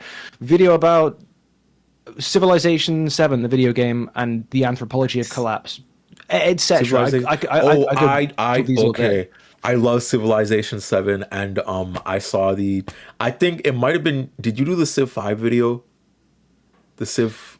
I don't think I've talked about Civ 5. That was probably someone else. Yeah, probably just another British guy, we sound the same. Yeah, okay. I'm so sorry. But someone did this amazing Civ 5 video about settler colonialism and the normalization of, I guess, a narrative that strips indigenous autonomy within a timeline of colonization. Yeah. And I really liked that video. I think that might have been Kyle Calgren's video. Yeah, that was Kyle. Yeah, that was Kyle. Yeah, is who gets to be a barbarian. Yeah, who gets to be right. Civilization. Right. And love it to death. Yeah, Civ 7, I'm noticing a lot of the same mistakes, shortcomings, and all that. But it's really interesting. There's some steps forward in some ways, and then it's all filtered through the same, Eurocentric kind of railroady, history is like this linear thing. It's really it's one of those things where it's so tantalizing because it's like you kind of half see what they're going for some of the time. Yeah. But what are you looking at tackling directly in that video? So I'll tell you what. Let me just pull up a document I've got I've got so many different draft documents of the different sections. The life just of an essay. Yeah, oh right. Oh my god. For just like a flavor summation of what it's going to be. Like this is one quote from a historian, James Clifford, in his book. I don't want to. I'm not even sure I've got the right book I've got this from. I won't plagiarize in the final thing, but here's the quote. The price of entry into the modern world is always that local distinctive paths through modernity vanish. And that's kind of like, the bouquet of the essay, I guess, is what I'm going for. The kind of like, Well, hey, this is very much my thing. So if you want another historian gamer in on it, hit me up. Sure. Yeah, I'd love to take you up on that actually. Eventually. Yeah, I'm not really a historian gamer, but it's I mean, I make leftist adjacent content, so I'm also down for anything you're down for if you need my help in whatsoever. And I also got to say thank you so much for coming on. And I got to reiterate too to the audience that this is for 7th Gen, which is like a communal kitchen over here. That works to feed the people, feed the most marginalized, bring necessities like food, clothing, and whatnot. We listen to, people and provide what they ask for. Everything is open and transparent on our Instagram in terms of receipts, in terms of people, the Sunday dinners we do every Sunday. You can find it on 7th Gen and whatnot, and the chopped link if you want to donate and all that. And thank you so much for staying and talking with us too, audience. We're at like 40 people now. This is amazing. Nice. This is amazing. Tell you what, let's see if I can scare up a few more. I'm going to do the cardinal sin of all Discord use. I'm going to at everyone in my server. I got the little warning pop up. Are you sure you want to do this? Yeah. Yeah. Why not? I forgot to. You're right. I forgot to add everybody in my server too. I should have. They don't like it. I've noticed about Discord users. I'm pretty late to the Discord game. I was a big TeamSpeak guy back in the day. He's one of these etiquette things. I think it's you don't really do it, do you? The big ping at all. Yeah, try not to do it too much because there are a lot of lurkers. Yeah. But yeah, this is the thing I think a lot of us are very into is we like to see people help each other for no reason other than help each other because it's good, because this is community, because this is who we are. That's what we do. Leftist video essays. It's certainly not the money. It's it's nice to. I feel like I try and do stuff like this more, but I always have this thing where like the numbers aren't real. You look at this video's got how many views, and it just seems like are any of them real people? I feel like I'd be quite impressed if like I don't know, even 10-20 people from my following or something rocked up to watch me on something like this. So I'm also if there's anyone in chat who's like a me fan, let me know, because then it's hard to know, isn't it, like how people like us with platforms or the beginnings of platforms online, like what does that translate to? It's so kind of abstracted away from like real like interpersonal connection. It's hard to get a real one thing. Like so I've been talking a lot today about my academic career and one of my other hats, academia. I'm no longer quite directly in it, but I still do talks and stuff. And the first time that I was like, oh man, I only got like 50 views on this thing. My partner turned to me and said, "Can you imagine 50 people showing up to your talk at a conference? Like, what would that even look like?" And I'm like, yeah, it's happened exactly once, and it was really awe-inspiring. Mm-hmm. Yeah, 50 people watched me talk about this. Not bad, honestly. Mm-hmm. Mm-hmm. Yeah, but the internet does skew, I guess, conceptions of success, if that makes sense. Because when I was because I started off on TikTok, right? I just started off making like 60-second videos and like getting them off and editing them. Those videos, you'd post like those videos, like 3 videos a day. By the end of the month, you would have like millions of views. You know what I'm saying? In a short form algorithm, and that would translate to like 100K followers in that month. And the algorithm just seemed like so fast on TikTok, you know what I mean? But on YouTube it's like it seems like slower, but then you realize no, because everyone's consuming an hour of a video, you know what I mean? They're not like scrolling, see a video, da da da, just scroll up. Like most of those views on TikTok would be like impressions on YouTube, you know what I mean, in terms of looking at a thumbnail, or just like 2-second clicks. Like they wouldn't really count as views on YouTube. Like we're in such a different creators algorithm that also forces us to constantly consume in order to survive, because you know the platform of YouTube works off of ads, and the more people they get watching, the more their shareholders get value. So they're like, okay, how do we milk as much creativity out of these artists? Not how do we nurture these artists, more so how do we keep them on the string where they always have to make art, or set up a schedule in which we get a consistent form of art media. Whereas like a lot of the times in the history of art, you know, think of how many directors have made one like movie and how that's impacted your life on such a personal, subjective, like interpersonal level. You know what I'm saying? Like, I feel like we're also driving away from the aspect of like individuality in terms of conceptualizing art pieces, and now our art is like an amalgamation of, especially for short form artists, I mean especially for artists online in a Gen Z sense, just an amalgamation of the clips you can get. And it's weird. But yeah, sorry, I'm going on a tangent too. No, that's interesting. We talk about that. I mean, it made me think about what you were saying a minute ago about how, like, you know, the equivalence between a TikTok view and a YouTube view isn't necessarily one-to-one. It's like, you know, especially the newer forms of online media, you know, it is just scroll down. It's like a continuous kind of loop. Yeah. There's no clicking in. What even separates one video from the previous one or the next one or the 10th one down at that point? Yeah. And it's such a weird influence on people, right? Because pipelines and niches form so easily the faster that it goes.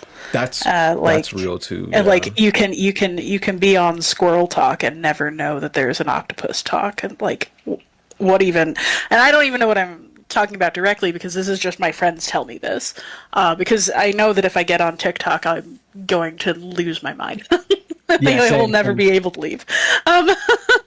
So like I've already got one social media thing that I have like really just poured myself into, and I don't think I can handle a second one. I've limited myself to the Instagram Reels brain rot. I would never leave my room again if I opened the TikTok app. I posted there like for a couple of years ago, just to see if I could get any traffic to come to YouTube, and I just stopped just because, you know, the temptation, it was like the one ring.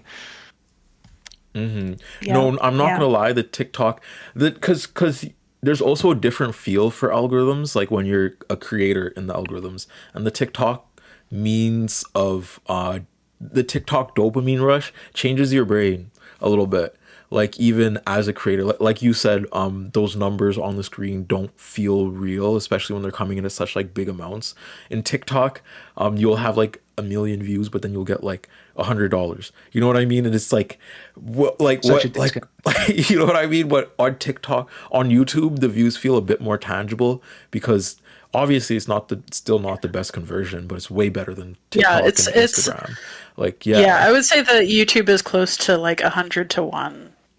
And what I hear about TikTok is it's closer to like 100,000 to 1. Yeah, it's very close to like Spotify revenue streams. Like it is weird.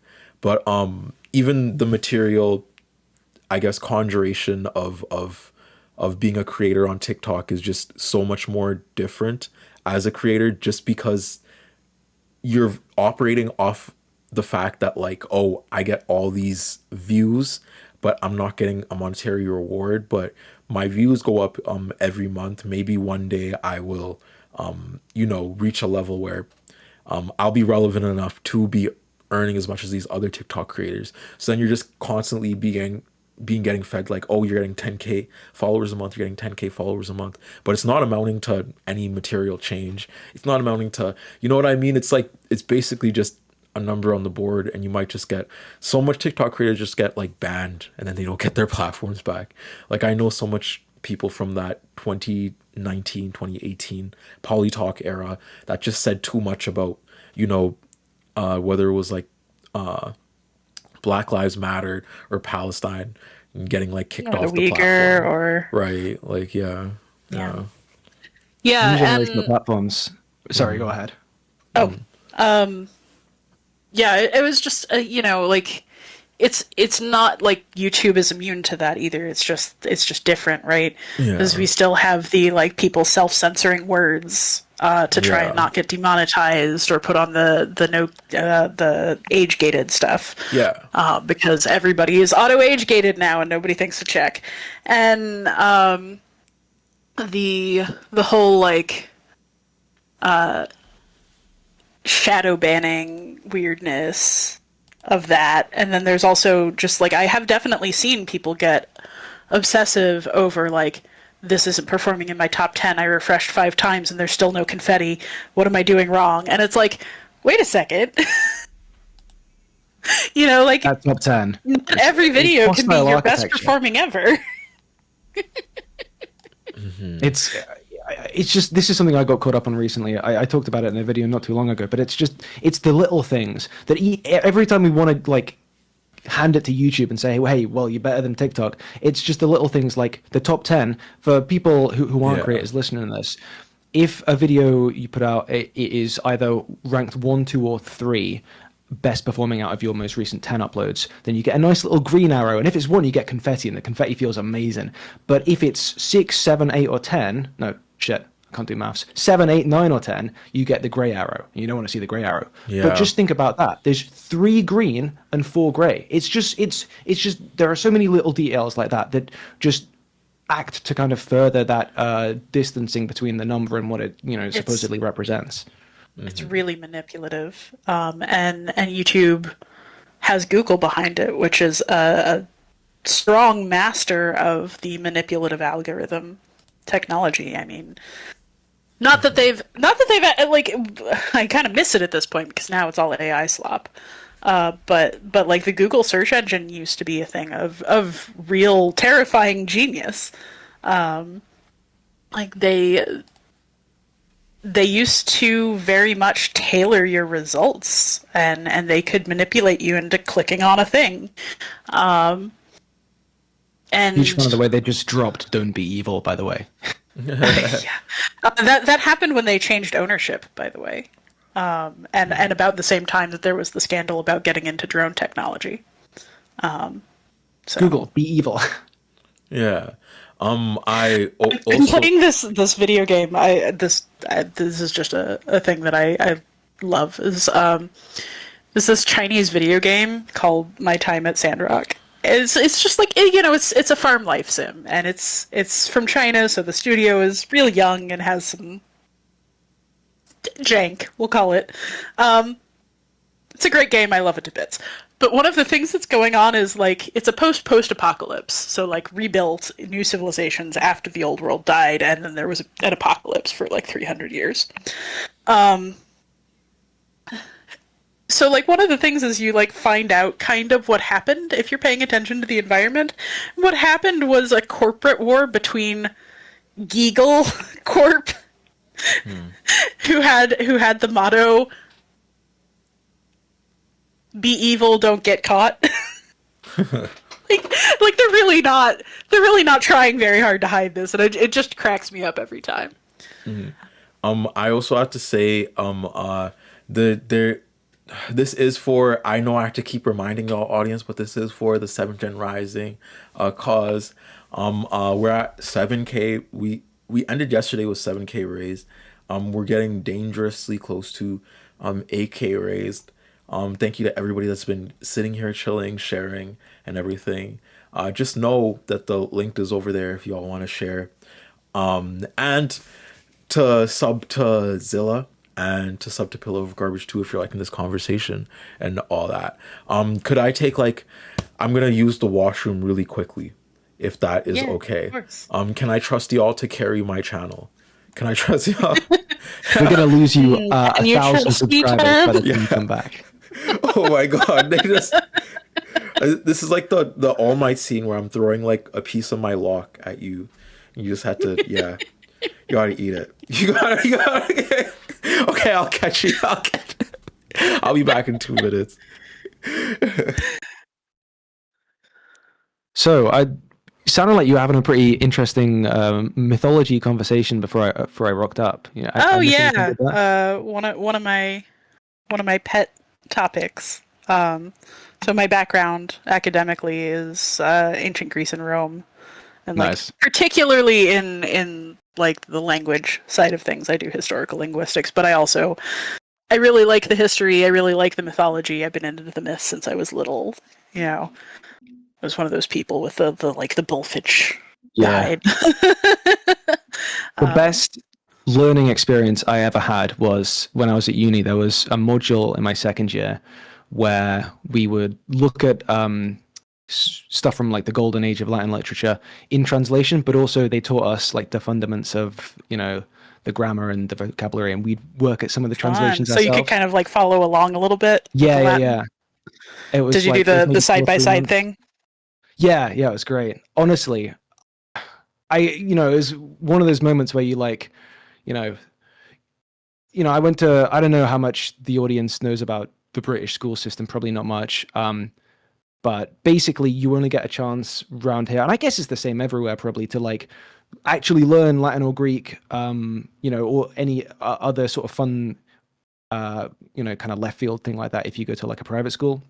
And like, I didn't, really think about going to a state school all that much. Everyone did it, but it's just like, that was one of those, experiences where you think, Jesus Christ, I could have been doing this whole time, if I'd, what ended up with the millionaire parents' genetic lottery. Yeah, I never had ancient languages until, well, I had one.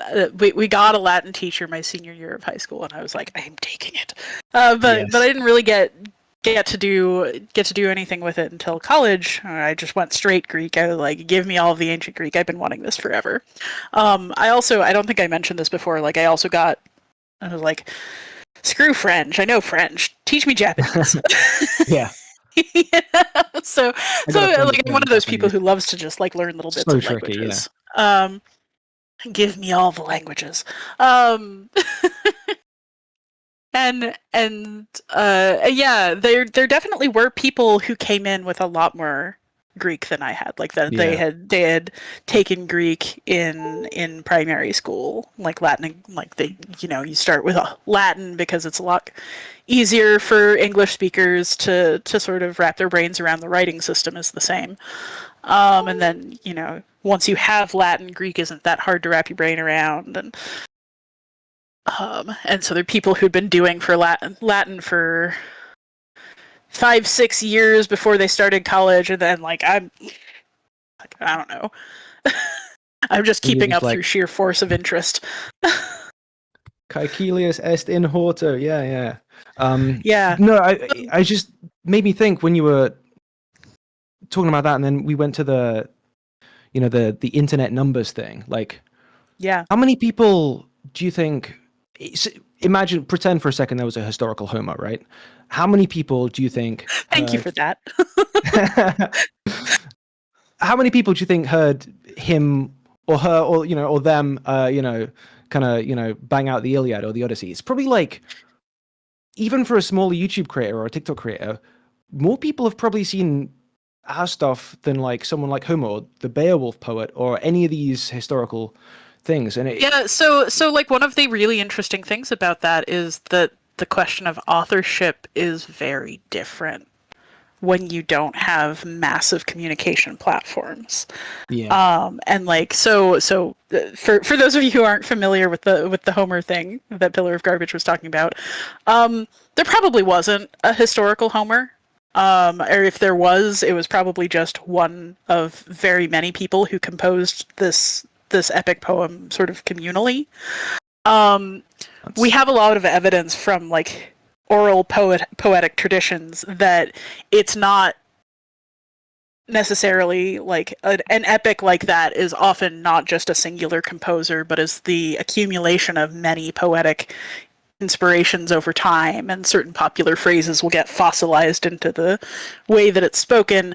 But then, like, thousands of individuals learn to perform that song and go out to thousands of towns all across the region who speak that language, and then they adapt it for wherever they are, and their version might get written down or not, and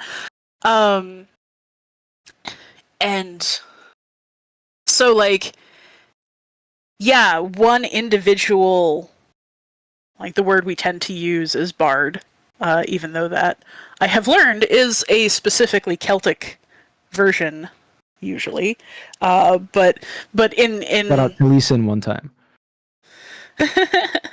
but you know, an individual poetic singer wouldn't necessarily reach more than a few thousand people over their lifetime, but the work itself could reach everyone in the culture and beyond, because Like a so many snowball, people yeah. are taking it forward. It's also like creation is a rolling thing, right? Like another thing, I just, like an hour or two ago, I saw a short video from another creator I like. Shout out Afterthoughts. She just put out like a cool little kind of rumination on some of these topics. And it's just like, you know, as YouTubers ourselves, or as any of the kind of people in the creator economy, you know, let me just vomit after I say that phrase one time. You know, the mode of creation we're sort of being forced to, what's the word? Reduplicate? I don't know. Is like this very kind of schematized. Yeah, reproduce. There you go. Like, you make a thing, you spend a month on it, you spend a few months on it, maybe you spend a year on it, and then it's done, and it's out there, and that's that. And you move on, you know, produce more nuggets of content or whatever. But it's like, you know, imagine like an alternate YouTube where you can kind of pick up an old video and think, I was cooking here, but I didn't actually push it as far as it could go. Let me do what most creatives did for most of human history and just keep tinkering and keep tinkering, you know? And maybe that final version, maybe it never even goes anywhere, you know? Maybe it doesn't get written down or something, but... Yeah, and like one thing that used to happen is that it was, you know, we have this system of like ownership and copyright, like taking somebody else's identity in the economy that we have is a big deal. It's a big no-no. It's stealing money out of their mouth, right? And it's honestly intellectually offensive. That wasn't always the case, though. Like, historically, if you wanted your work to get known, one of the things you could try to do is say, oh, I happened across this work by another famous poet. And like the way that we mark that in talking about like ancient Latin and Greek stuff is we call it like pseudo whoever, like pseudo Hesiod, pseudo Apollodorus, whatever. But oftentimes we can't tell. And like that's really super interesting. It's a totally different, a radically different way of thinking about authorship and art.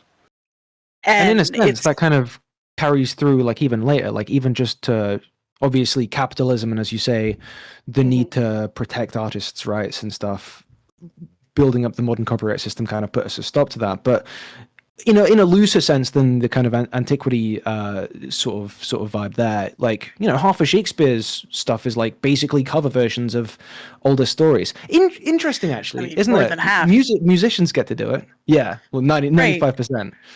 Right. It's like, and retellings and fan fiction and all of these things, and like there's so much moral debate about it.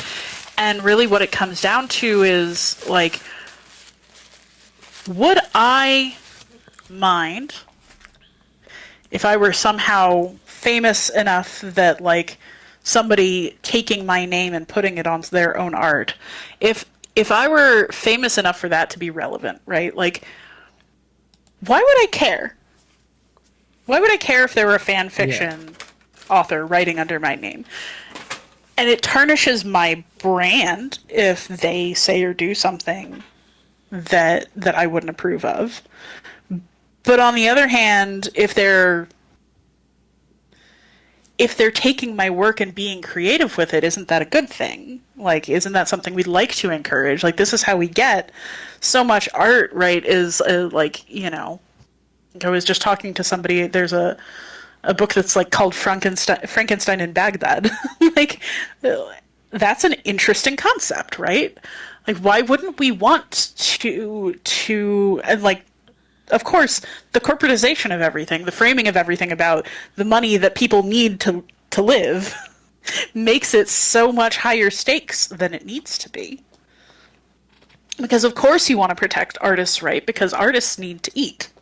Mm-hmm. And like, they're doing work that is easier to steal than it is to produce. Which in some ways gets us back around to the AI question. Yeah.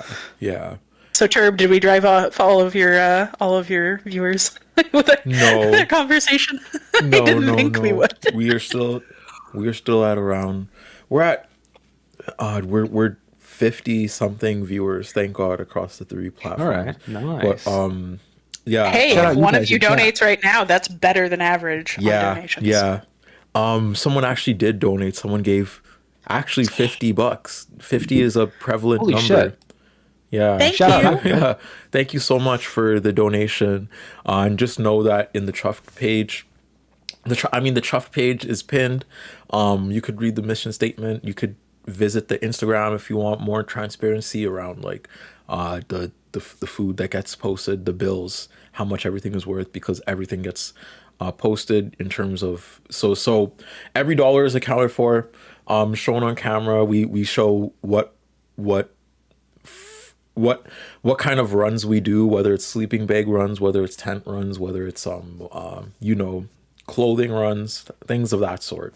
And thank you all so much for even sitting here and chilling, even while I was in the washroom, for listening to Pillar Garbage and Zyla, because this all goes a long way. This goes a long way. And thank you all for holding it down while I was gone. Yeah, absolutely. This is a good time, I think, for me to duck out, but it has been a real pleasure. Mm-hmm. And nice talking to you. Very, very nice to meet you. And I'm sure we'll do this again. Mm-hmm. All right. Thank you to the lovely audience. Don't forget to keep donating. Seventh Generation's doing good work out there. Mm-hmm. All right. Mm-hmm. Love you, Turb. Thank you so much, Zyla. Bye.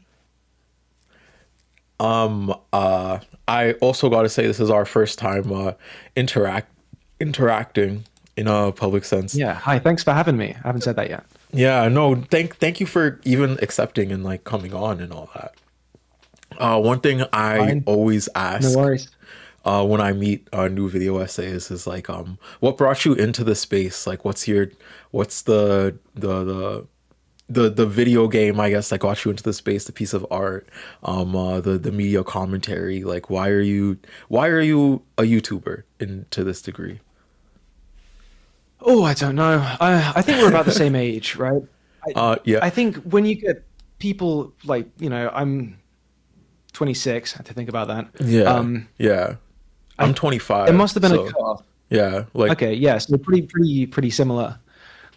Must have been like people like a few years older than us. This isn't true for, but I think people our age, especially people raised male, socialized in that sort of sense. I think we were one of maybe the generation to really grow up with YouTube as this kind of already present kind of alluring thing. And I probably don't remember not watching stuff on YouTube. Shout out Smosh, back when I was like 11 or Smosh. 12. Oh my god. Yeah. Oh, I haven't watched a Smosh video in so long though. I know they probably aged terribly, but yeah, I was sub to Smosh too. Yeah. I had all the songs they did. I bought them on iTunes and everything. Mm-hmm. I could probably do the Assassin's Creed rap right now. Yeah, right. No, the Tomahawk.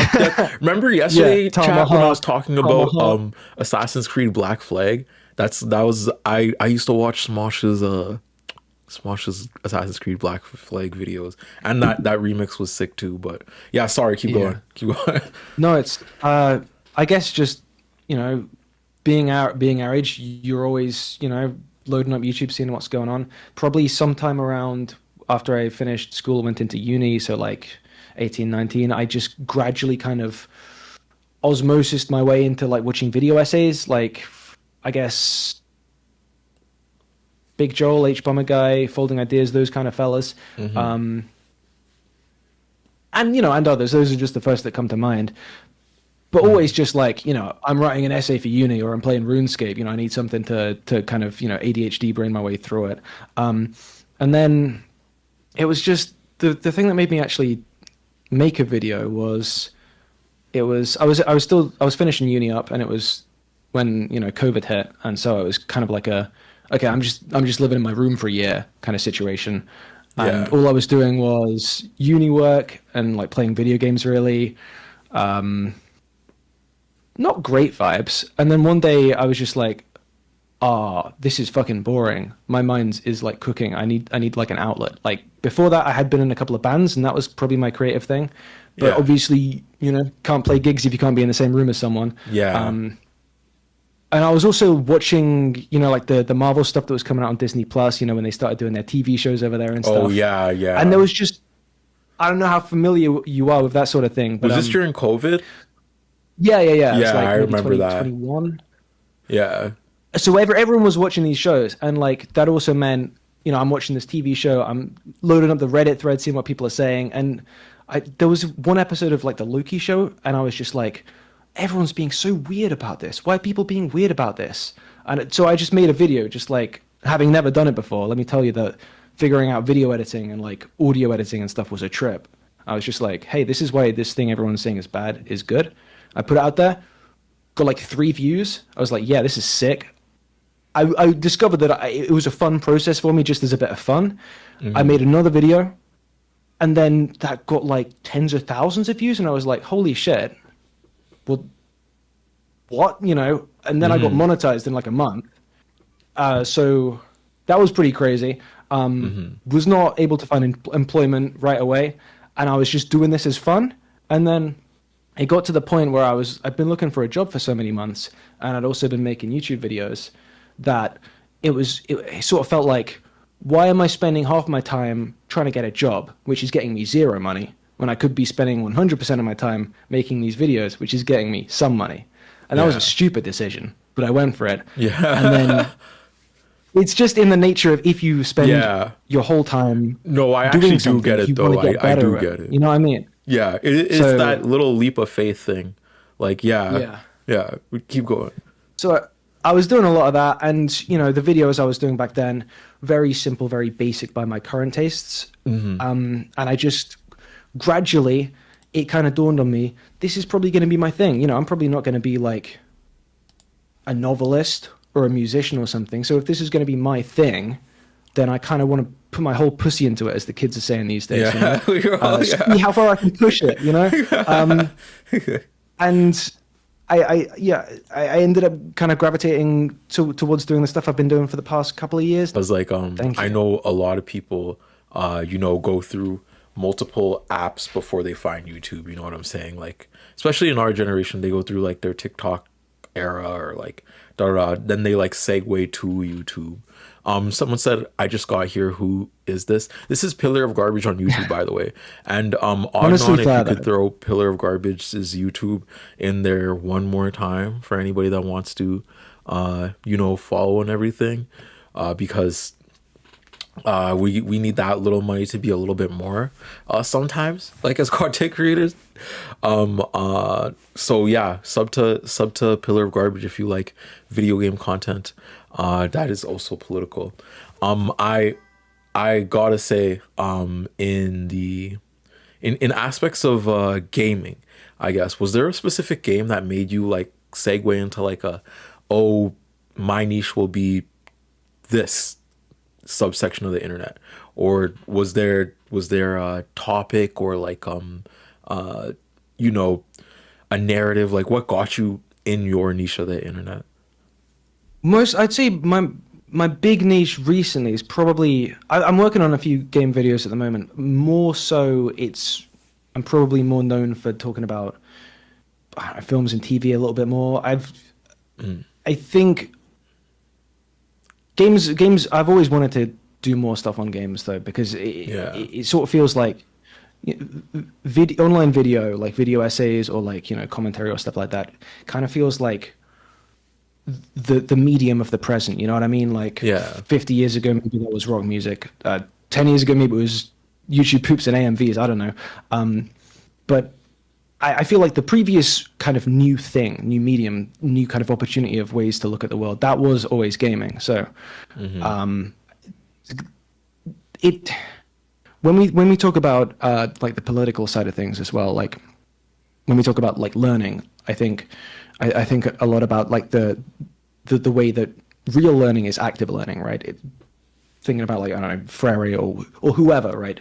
And is there a more active medium than the video game medium? Is there a more interesting kind of push and pull of like, the person engaging with the art as like the agent versus the whatever themes are caught up in, the artistic kind of artifact, and that feels like a quite a vibrant and quite an alive kind of site of meaning to kind of look at through our kind of generational medium. I don't know. That sounds really highfalutin, that's why I'm trying to get into it a little bit more. That's super cool because there is like a shift in the medium of content creation for sure, like from the 2010s to 2020s, a lot with like what types of video essays, like you said, what types of video essays content can come side by side with each other, especially in a medium of education. Like when I was growing up, there wasn't nearly like at least video essayists. It didn't seem as cool to me as it did in a relevant sense. You know what I mean? But now it's solidified in a way where the social normality of being a video essayist will encompass a wide variety of people, genres, aesthetics, X, and X. And while that's happening too, you also have like this undercurrent of a short form content creation actively brewing and coming to a forefront. That's a little bit more counterculture narrative, you know what I mean? And it's almost like YouTube right now is battling the long form algorithm, or is battling the short form algorithm, and streaming too at the same time, because there's also a new wave of streamers coming, I feel, in a Gen Z sense, in differing ways, where people are like streaming in real life, people are streaming, finding different ways to incorporate the mediums of streamings into their art, if that makes sense. Yeah, I'm always a little bit envious of people who manage to sort of figure that out. I don't think I'd be any good as a streamer. I think I don't know what I'd do. I just stutter and stumble over words, and I'd spend longer like planning out segments than I would actually doing it. Yeah. But it's, I don't know, once you actually do it, it gets really fun, because I thought that, like, because for my whole life, I was kind of just a writer. Like, I love creative essays in and of itself. Like, I love the medium of video essays. I'm still going to be making video essays. I haven't dropped one in like 4 or 5 months, but I'm still going to be making tons of video essays. I got a bunch lined up. But the last 3 months, I kind of just ventured into, what if I made a side channel and I streamed? And it's been working. If you just get like a layout, it works kind of the same way as like a commentary video. It's just like like I said before, the medium switches. Like, you have an interactive audience in front of you. You got to go back and forth with them. You got to kind of create your own atmosphere, rather than the edits creating an atmosphere. Yeah. Although I still like the long form video essay more as like a piece of art. Streaming is growing on me a little bit, because I'm like, oh, well, I don't have to, my time, like me staying up and editing 8 hours a night for like 2 weeks is worth more than $300 when I stream. You know what I mean? Like, it's like, it's different. But like I said, you could always hit like you said earlier, you could always hit the 100 and then just take off. And that's kind of the mystery box of posting video essays too, where it's like sometimes you'll be on a run and you'll be like, oh Yeah. well, all this is actually working. But then sometimes you get a couple 9 out of 10s and you're like, fuck, like all that time's worth $400. Damn. Like, yeah. It is, yeah. It's pros and cons, definitely. Yeah. Like when you get the gray areas, that's something I've been thinking about a lot recently. Is I hadn't even realized it, but the thing that made me so down about that is, you know what? I'm sure you've. I don't know. I don't want to presume. Have you ever seen the 9 out of 10, the 10 out of 10? You ever posted a real bomb? Yeah. Yeah. Like 3 It crushes good you. times throughout my career. Yeah. Like, yeah. And I think the reason is the impulse that's kind of, you have to learn is, okay, if I see that gray arrow, I just have to dump it and I have to move forward and like start something else up. But then there's this piece of art that you've spent quite a while working on. You've put a lot of thought into, a lot of yourself into, and then it's like it doesn't exist. You just have to kind of completely sever ties, and you can't even like take a week or so to mourn that project, that kind of space you put yourself in. Yeah. Yeah, you got to be immediately back on it, especially if this is like your source of income or whatnot. You know what I mean? It's a perilous grind, to say the least. Like it's an unforgiving grind too. Like, yeah, like because you don't get that time back. You probably can't remake that video essay in the way without uploading it and having people already have watched it, so they won't watch it all the way through, so that just contributes to the watch time going down. Like it's YouTube is a very unforgiving algorithm, I will say, in concepts of standalone art. Yeah, and it makes you be consistent in a very weird way.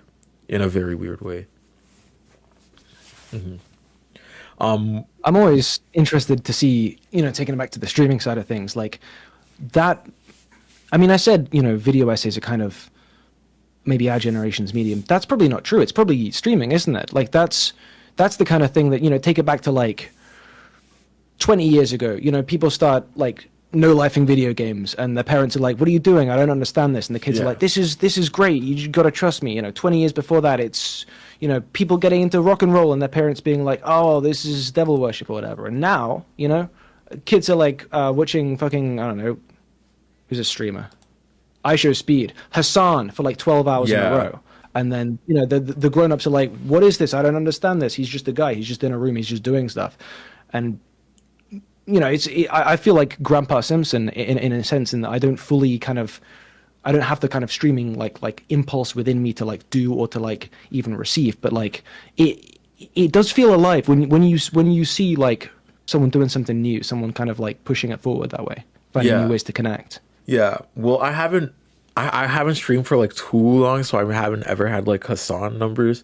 But when I normally do like my commentary streams and stuff, I'll have like 160 something people watching live.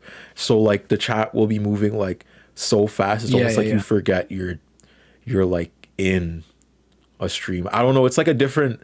I don't know. Flow state. Yeah, it's a different state than being behind the camera and editing and like spending all those nights like piling together content, because you're watching your live and you're like, oh well, my live is about to reach an hour and I'm just gonna cut off at the hour point, and what you're gonna talk about in certain sections of your video. You're like, 10 minutes I'm gonna talk about this, 20 minutes I'm gonna talk about this, and it's just pulling things back to there while also using the audience. It's a bit of a skill, and I like how different people do it. Like if Foreign Man, Foreign Land. I've seen some of his stuff. Yeah, he does like Foreign Fridays, where he just has a more of a interactive Q&A commentary type style, or Elliot says hello, or like Elliot's saying, where Elliot's like pure commentary, like journalism, where it'll just be like, this is why it's wrong. I'm presenting this idea. I'm showing this person. Like everyone streaming too. I'm realizing everyone has a different kind of topical approach to it, which is cool, which can be cool. But at the same time, streaming is a very new wild west of content on YouTube, and a lot of people are trying it in different ways. Like the Hassan method isn't the only, isn't the end. I don't think it's going to be the end goal, because I'm going to be honest, that's pretty, like, anybody could do that. Like, sit on, well, let me not say anybody, let me not shade Hassan, because Hassan, Hassan, you watches this channel sometimes. Let me not, Hassan, I'm so sorry if you ever see this, but a lot of people can do that. I'm going to tell him you said that. Yeah. Never spoken to the guy in my life. A lot of people can sit down and have conversation in a topical commentary forum. I can do it right now. You want to see? Yeah. yeah. It's all a joke. Yeah, the chair joke. I'm starting to get that though. Because like I've had to take breaks sometimes, and yeah, just my chair going while Killer Bean is playing. But yeah. I gotta say that commentary style content, a lot of people are realizing that they can do it too and stepping into those molds, and I'm glad to see that people are doing that, because we're getting new forms of integration, you know, on streaming. I'll end it like that. Yeah. Interesting. You hear a lot of people, I think there's been some discourse recently about, like, you know, whether or not all the kind of immediacy of, like, you know, the kind of platform ecosystem we have now, where something happens and there's 100,000 tweets from people who have seen this thing and instantly put a take out there. You know, is that good, or is it kind of stripping us of kind of the space we need to think? You know, for me, like as a writer, sometimes I don't know how I feel about something until I've kind of sat there and really slowly kind of worked my way through, you know, some notes, or jotted my way through a draft. Like, I got a notepad here that's just pages and pages. Sometimes it's just drawings and lines and diagrams. I don't think I've got the kind of I would struggle, I think, to get caught up in like such an active, such a like a flowing, paced kind of mode of creation, and not kind of lose the, you know, the necessity of like taking back. And I guess, you know, the medium is, you know, pre-preparing stuff. Yeah. Right? Yeah. This is, it's kind of why, like, I'm planning to do like 3 months on streaming, 3 months off, and then just do my video essay stuff, because like streaming does get very it makes you very reactionary to a weird degree. I will say, like I enjoy the time, like I said before, the time of those 8-hour editing nights, the time you get to read too, because I've realized, like, the last 4 months I read like one book for all of the streams that I've done. You know what I mean? Like whereas like with the video essay, I'll read like 3 books to get a video essay out, or like listen to 3 audiobooks, or you know what I mean? But with with streams, you're kind of working off of a bank of knowledge you already have subjectively, which, like you said, can be a barrier, like, for sure. Like I say the one of the most recent examples I can think of is like October 7th. You know what I mean? When October 7th happened, it's not like everybody was in touch with the struggle of Palestinian liberation worldwide. It took actually like a year for a lot of people to lean towards. Like, we like to forget and think that everybody was on the side of no, like October 7th, there was a strict like counterculture of the internet that was like, oh, well, a lot of Jewish people are being attacked and all of that, and people didn't know how to debunk that. People didn't know how to, you know what I mean? And it took like a while. But people like Hassan were really good at being like, oh, well, I've kept in touch with this issue for a while. I've studied this issue in university. If I was probably on stream during that time, I probably would have fumbled that. You know what I mean? And that probably would have been bad for me. So I do get how there's time to learning certain subjects and certain issues. It's like pros and cons of going off that bank, right? Yeah, good that someone like Hassan had that bank already, but So I do get that. I do get that. Someone said I tried streaming OSRS while taking politics, and some coward literally waited until I went AFK to put transphobia in the chat. Well, that's a low blow. Yeah, that's yeah. I mean, what were you doing on OSRS? I mean, if you were like, AFKing at the Woodcutting Guild, I think I could I could see the politics talk there. If you're doing like Slayer tasks and then also like whacking out some Chomsky or something, hats off to you. That sounds pretty tricky. Yeah. I do not have the. I will say first of all, I do not have the credentials to sit on here and act like I know every single socio issue. So I try to be like more transparent. Oh, right. No, yeah. And try to tackle things that like I know, you know what I mean? Like more relative to me, more narrative to me, because there will be, there are issues that do need highlighting that I don't have the thought bank to provide information about. Like people were talking about the, what was it called?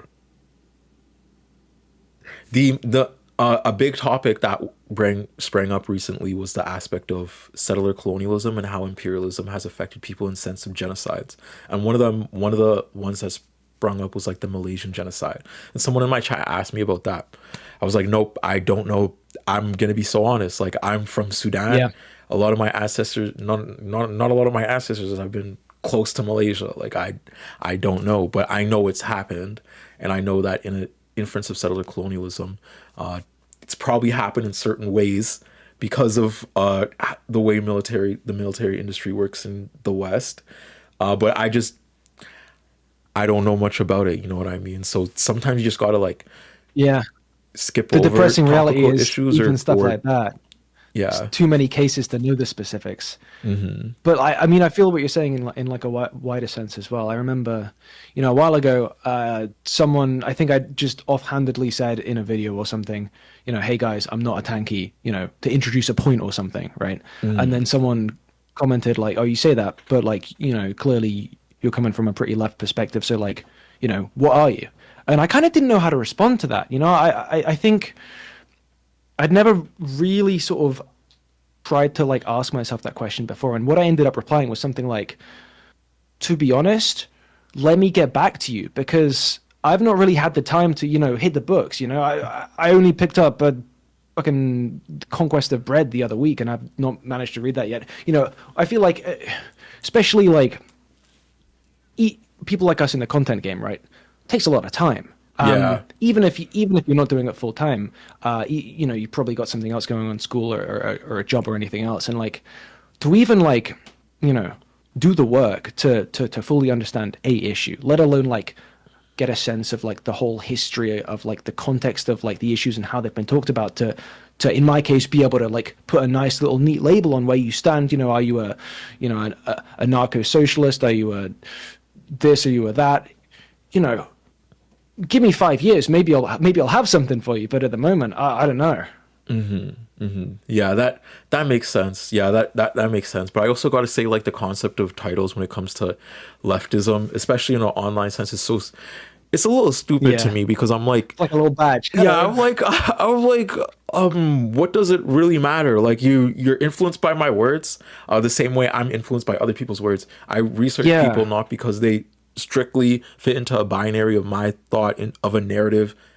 You know what I'm saying? Like it's yeah. I why do you need me to give you my label? If you're liking the commentary I'm giving on a topic, isn't that the thing that matters? Yeah, right.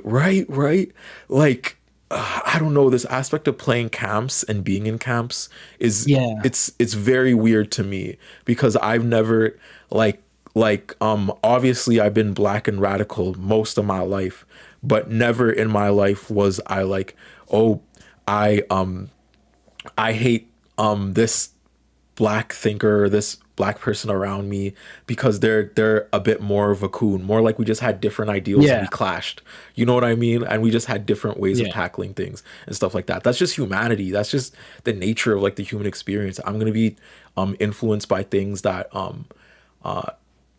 process as change and viable and are uplifting to me. You're gonna find reflections of yourselves in those. And like people like even the people you study, like MLK and like Malcolm X, you learn about them in a sort of dichotomy and be like, MLK was this non-violent, da da da da da, and Malcolm X was this da da. Like, no, Yeah, they whereas were, in reality, yeah, it's like so much messier and more kind of. yeah, right. Like it's a thing. It's a thing when you learn about Du Bois and you learn about Booker T. Washington, who's like one of the Yeah. most infamous coons. You're like, oh well, they just no. It was more like they were both vying for liberation, but Booker T. Washington wanted to do it through the White House. Du Bois wanted to do it with the people, and it's like just so. It's so. I don't know. Like the process of playing camps have never really been a thing throughout history. Even in our in groups, like there's always been leftist clashes. There's always been. I don't know. I don't know. The one thing I'm the left rambling does now. know how to do properly. Yeah, I'm rambling now. Yeah, that could be an actual video essay that someone has to do. But Someone probably already has. yeah, yeah. I also gotta say, it's drawing to 3:04. I'm sorry if I'm taking like a lot of your time. It's alright. I don't have a hard out. I can hang around for a couple more minutes. Well, Alright. you know, All right. who's the next guy? I can, if there's someone coming like, you know, in the sort of short to medium term future, I can kick it until then. I feel like, yeah, Lily Alexander is next, so yeah, All right. I'm down with continuing the conversation. And if you like the conversation, make sure to also sub to Pillar of Garbage on YouTube, please, because they make good content, and you saw that you saw that barrage of notes. Holy fuck, they really like to delve into what they do and all that. So support good artists, because consumerism will have you lose a lot of artists in the vacuum of the algorithm. So if you like good artists, make sure to keep up with them, support them, and sub to them. I also got to say, this is for 7th Gen Rising, the fundraiser. So for everyone that's come in, we're nearing 70 people now. Please share. Please send that link on your socials or whatever. Tag me, and also, we haven't had a donation, but the chuffed link is in all the pins. And thank y'all. I'm getting to that point where like my brain is doing the fuzzy thing where I'm like, oh my god, I've talked for so damn long. I saw earlier you were interspersing a little bit of Minecraft karaoke with their conversations. I thought, yeah, good way of keeping the energy. If you need a Minecraft karaoke break, let me know. I don't have to hang around. If you wanna, farm some creepers. No, the first day was almost all Minecraft karaoke, because we had to keep spinning the wheel again and again. And I shaved off my eyebrows. I gave myself the worst cut in the world. Oh my god. Like, yeah, it was not a fun time. It's not a fun time. But if you were to ever hop on stream, what do you see yourself doing? Oh, I don't know. This is something I might have to think about, actually. I did I'm like last month I did like a bit of a Patreon like call to arms, like, hey guys, maybe think about chucking me some money, and I did like a graphic with some Ooh. video longer than I ever have, but that sort of thing. And one of those things is I'll try my hand at streaming, and I put that on there not thinking that it would get hit, and it probably won't get hit, but I do need to start thinking about it in case it does. Easy answer is probably something to do with gaming. Some people do like editing streams where they're like they're working on their next video, and it's like, let's just hang out, watch me edit. I can't think of anything worse. Yeah. How do you make that interesting? Yeah. Editing's so fucking boring. It is. It's Yeah. boring to do. It must be hell to watch. Yeah, especially if you're not talking, like in silence, just like, because there's a million things that you're like, should I do the transition this way? Should I do it this way? Yeah. Then you might just edit together, and you might be like, oh, I don't really like it this way, but this could fit for this section, so you just copy paste. Like, people would not know what you're doing, like, at all. Like, people would just be like, why are you clicking all these buttons?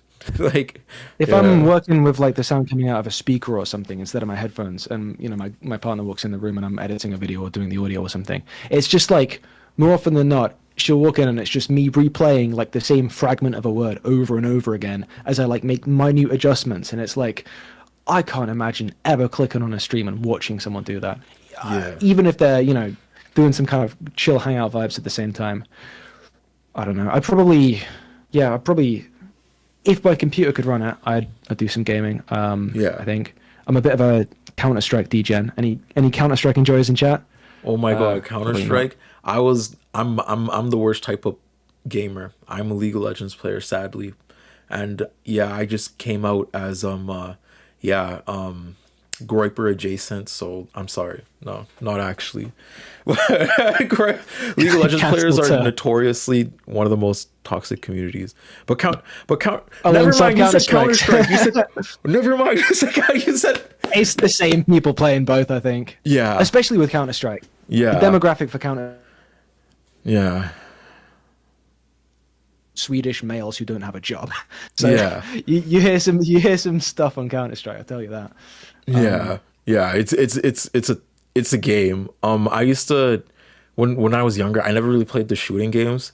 But I loved playing FIFA and I loved playing NBA, and that was already bad enough. Like the ways I would be called. So I can't imagine like a Call of Duty lobby or none. I'm happy I didn't grow up with those. Because yeah. Rough. Yeah. Old Grease said, I wish I could get into CS. I'm too noob. Carnamon said, I've never played Counter-Strike. This does not apply to Well, if you're curious, now is the worst time to get into it. Because the game hasn't really changed. There's not really been a ton added. But like the same people who were playing it 15 years are still playing it now. So like when I started playing like 10 years ago, you could kind of have a bit of fun even if you didn't know what you were doing, right? But now it's like you join into a lobby, like make a fresh account, it will sort you into a game, and like the average skill level is just like up here, and it's just like running into a brick wall head first. I'll stop talking about Counter-Strike because I know no one here. The video essay / live streaming / Counter-Strike, Venn diagrams, I think are fairly separate, probably. Yeah, I don't know. I feel like a lot of people have been on the gaming side of things just inherently because how gaming culture has affected the Gen Z ethos. You know what I mean? Like gaming culture was always like side by side with like the popular figures who would go on to influence a lot of our everyday discussions. Like Gamergate was so huge. You know what I mean? Yeah. Like, and that was because there was a valid fan base of a majority of people on certain games. You know what I mean? Like certain games ruled popular discussion, and CS:GO was one of those games. I'm pretty sure I would watch PewDiePie. I think it was PewDiePie play CS:GO, and I'd watch Corey Kenshin play things like the Walking Dead walkthrough stuff and everything. But I'd still like tune in and see him play like Happy Wheels or like CS:GO or like Now that is a throwback. Holy shit. Yeah. Also, gaming I think is a medium for the moment because like you only need like 3 games, right? Your Counter-Strike or your League of Legends or something, and maybe a Civ, maybe a Skyrim, and you can just like in an era where everything costs all of the money in the fucking planet, where stepping outside, going for a meal or something, suddenly that's like £100 or dollars or whatever. Yeah. You can just like own 3 games from 10 years ago, and you never need to buy another one in your life. It's great. Yeah. I need The to. people are out playing Expedition 33, Claire Obscura, Silksong and stuff. Miss me with that. I'm just, I'm not even opening the Steam store anymore. I'm just going straight to the library. Times are rough. One thing I want to grab is an old Xbox and all the old Xbox games I used to play. Like I want Fusion Frenzy, XXX Tricky. I need Tony Hawk's Underground. Like I haven't played any of those games in so long, but I need an old Xbox for that.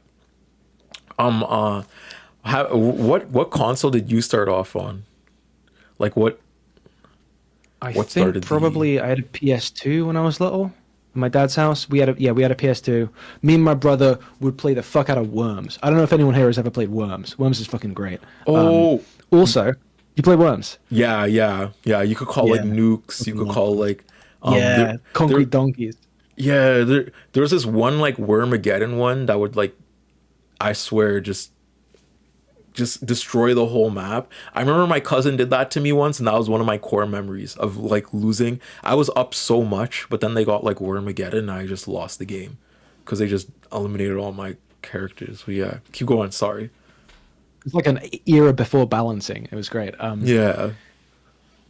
Talking about like old games that I'd love to replay.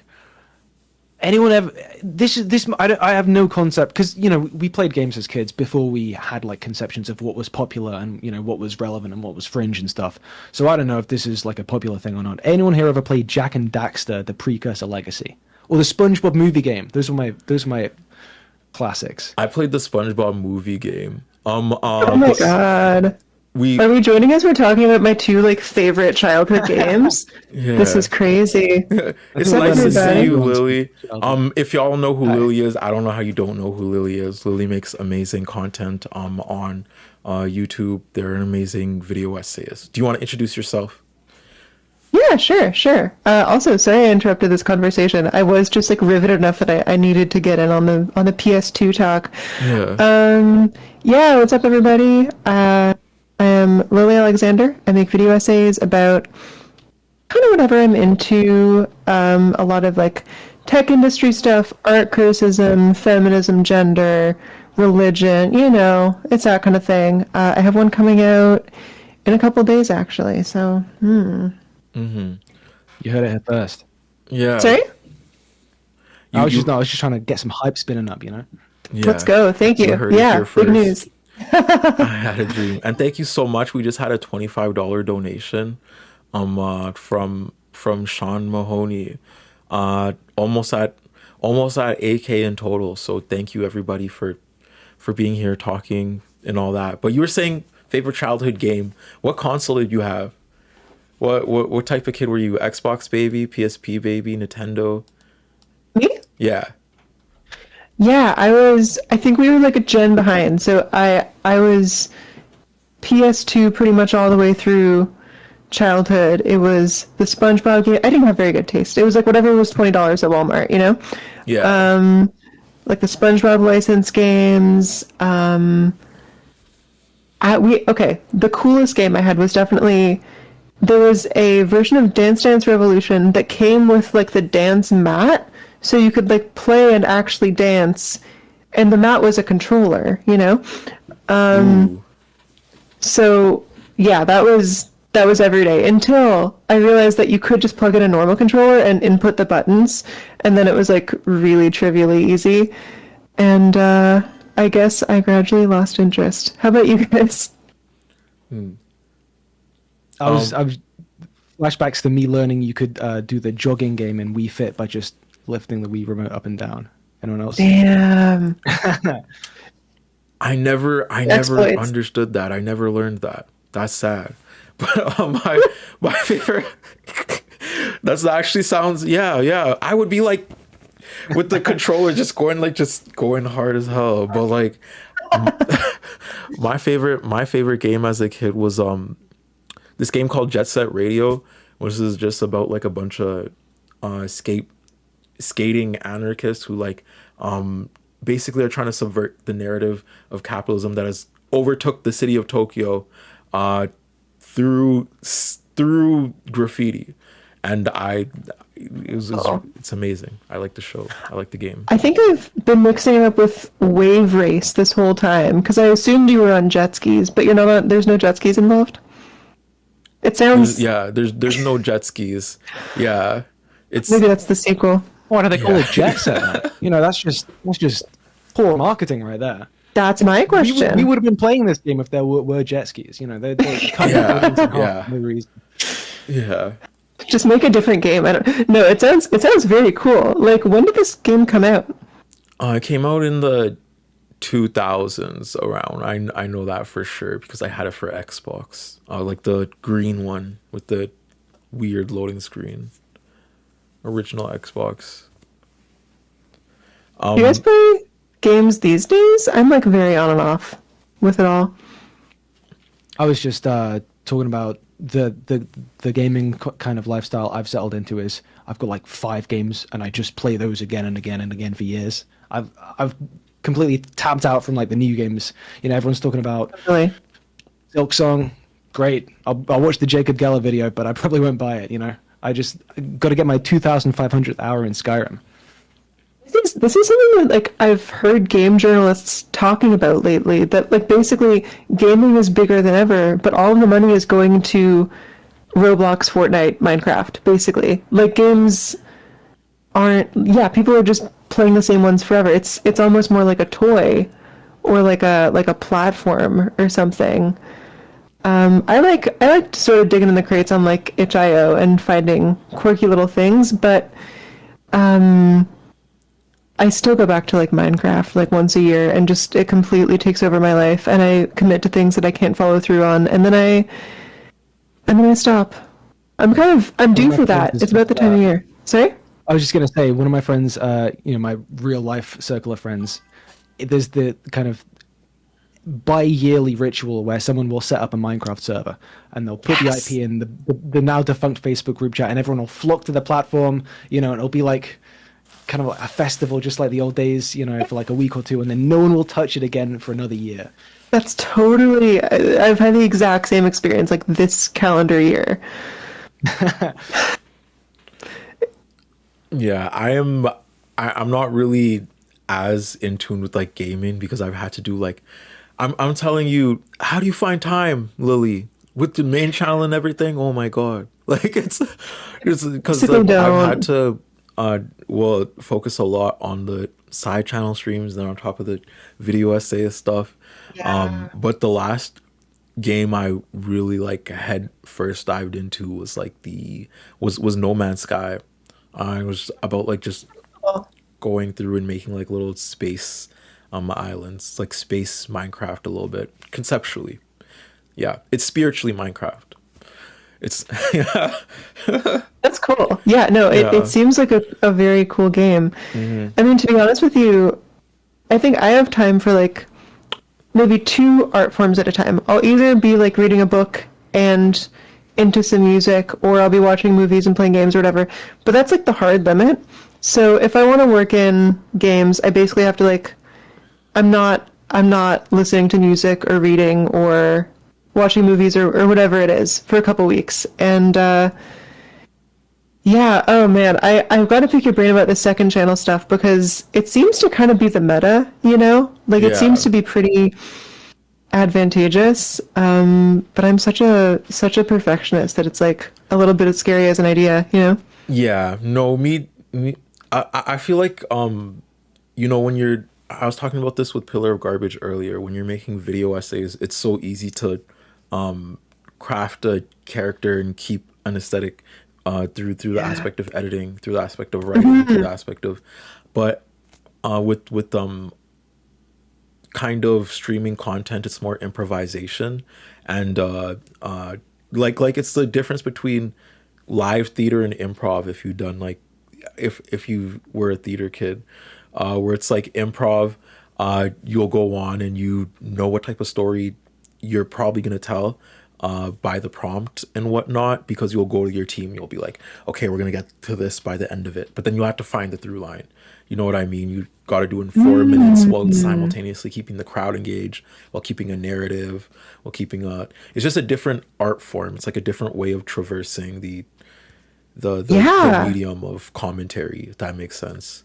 Yeah, it totally does. It seems like it takes those are really tricky things. Like not everyone, it takes a special type of person to kind of be engaging for hours a day, or engaging with like no prep or whatever. Yeah, how do you Pillar of Garbage, I'm not so familiar with your videos, but where do you land on that spectrum?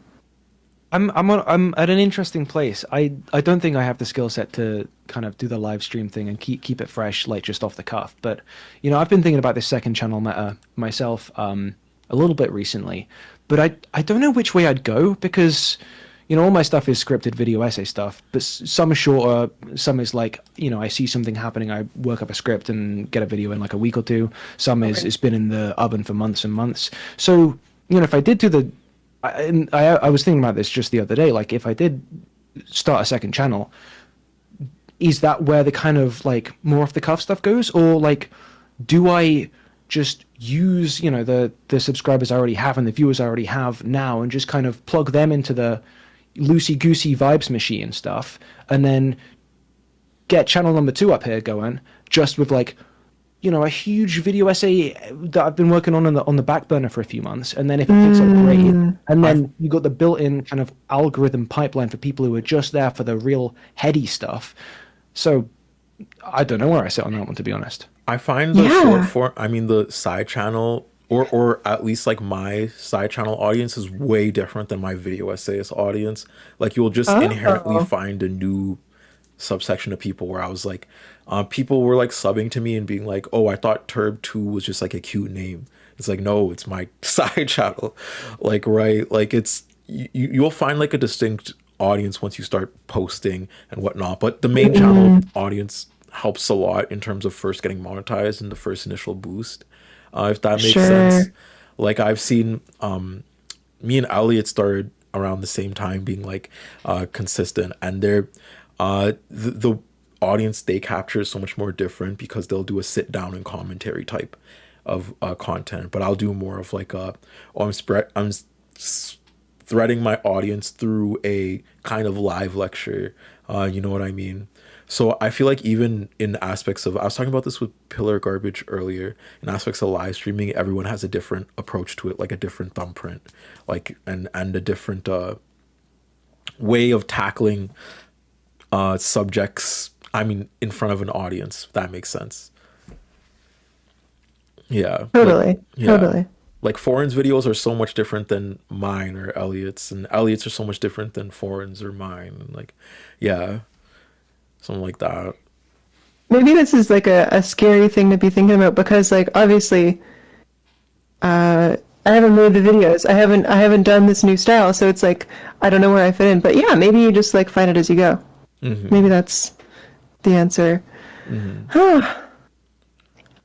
Yeah, maybe. I think it probably is, honestly, but yeah, at the same time, like it's the leap of faith. Like you take it when you can, and at the same time, it sucks that you have to even juggle 2 channels at the same time as a YouTube artist now, because I'm like, for a good year, like I was on YouTube for a good 2 years consistently doing video essays. For a good year, I was monetarily like,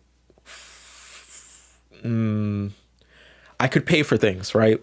I could pay for things, to say the least. I wasn't as broke. But then like I feel like the second year, views have been like waning off like way more, and now I'm like, oh, I have to do a second channel. I have to get all this across if I want to keep making main channel content, just because of how the algorithm has shifted a little bit.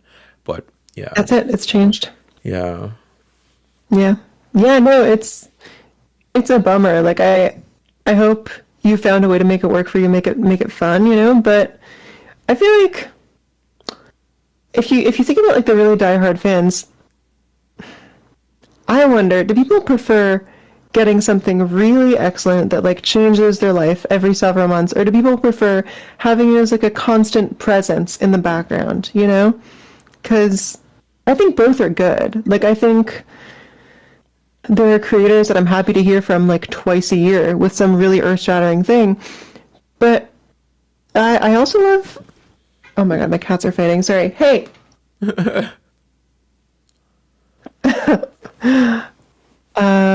It's also nice to have someone to just like put on once a week making breakfast, you know, like, I don't know, man. Also, the pros and cons of like, you know, thinking about, you know, what would you put on your second channel? You know, why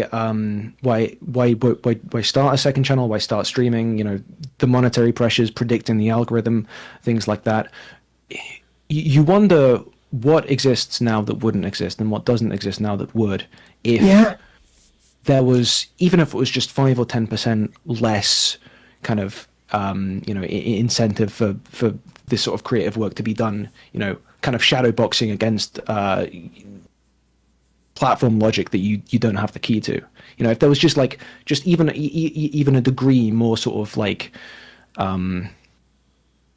freedom in the making of these decisions, you know, would there be a ton more kind of like hangout vibes, second channels, you know, people trying more live streaming, or like would you see all that kind of fade away?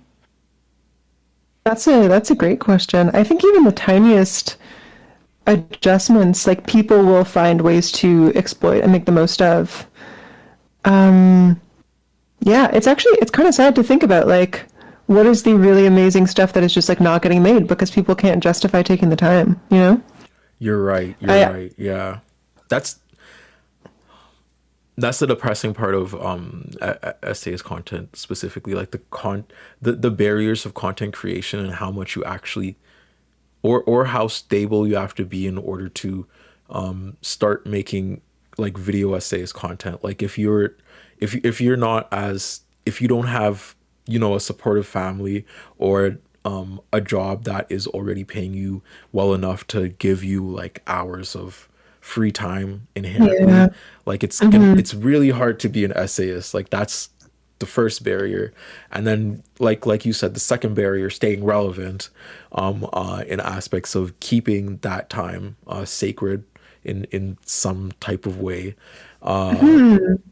over time through this algorithm that's very unforgiving, that will give you 9 out of 10s if your thumbnail is a little off, if your title is just a little off. You know what I'm saying? Like you could have all the retention in the world, but if you have a 5% click rate, it's not getting pushed.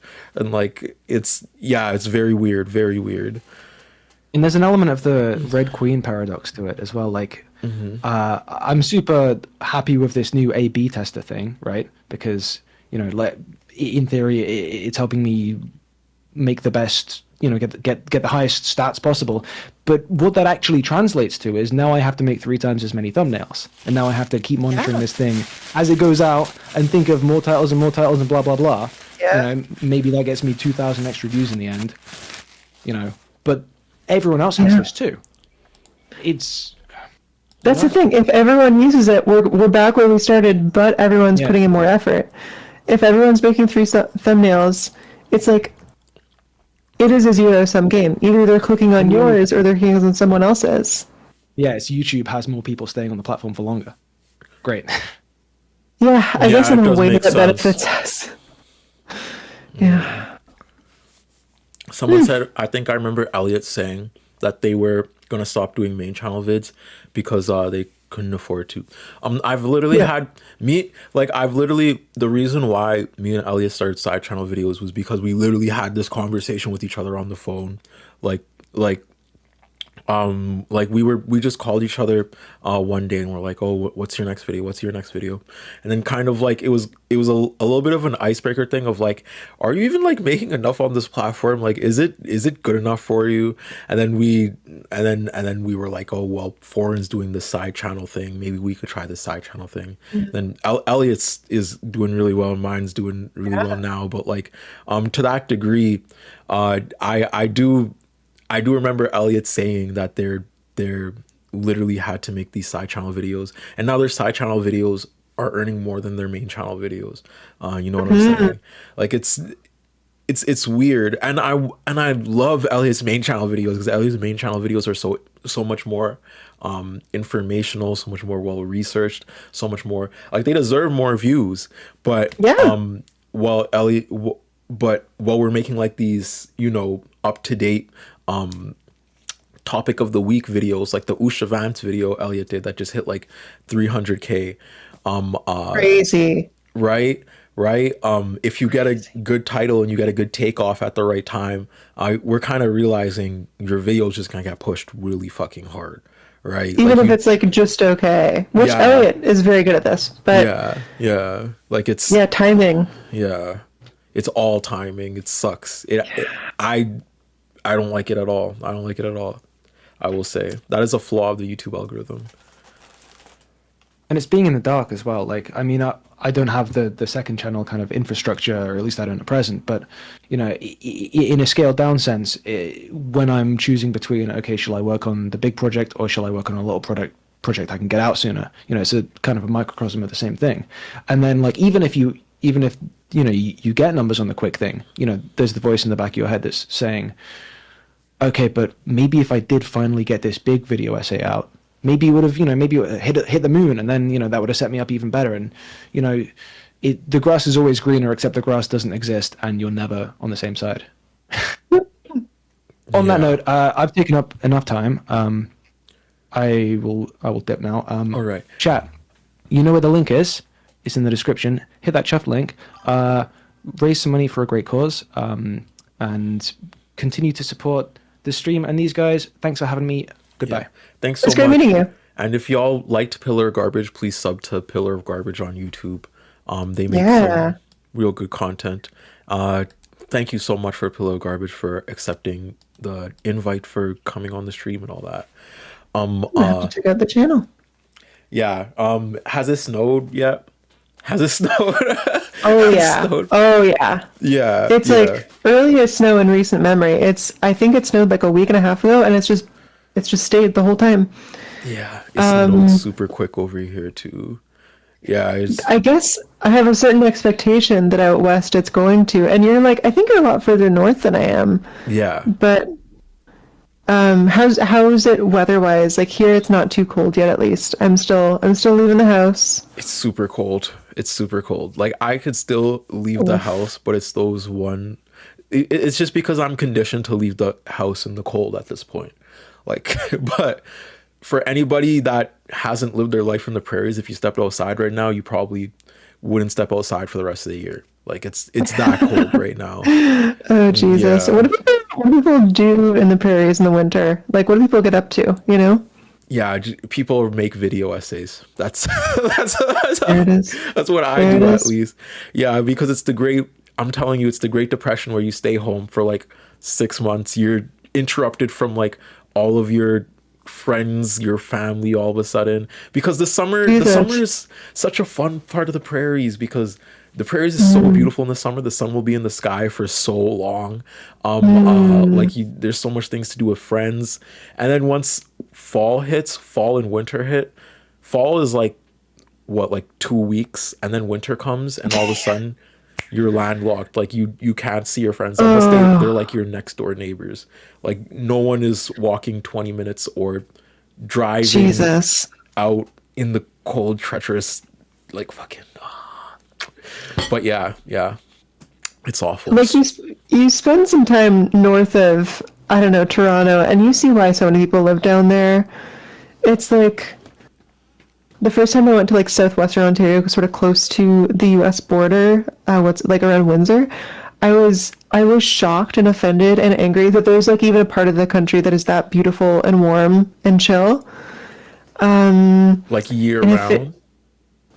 Yeah, like even in the winter, it's apparently just like crazy mild. I don't know. I went to the physical southernmost point of Canada. It's a tiny little, like it's like the tip of a beach, if I remember.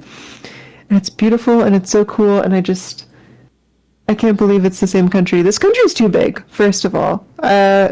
Yeah. Freak Like, back. I've never been on your side of the country actually, but I've been on everything else to the other side of Alberta. Like, so, I mean, to the other side of Saskatchewan now, because I'm in Saskatchewan. So, yeah, but I've never been on that side. Unless, well, when I was a kid, we were in PEI first, but I barely remember that because, like, yeah, sure.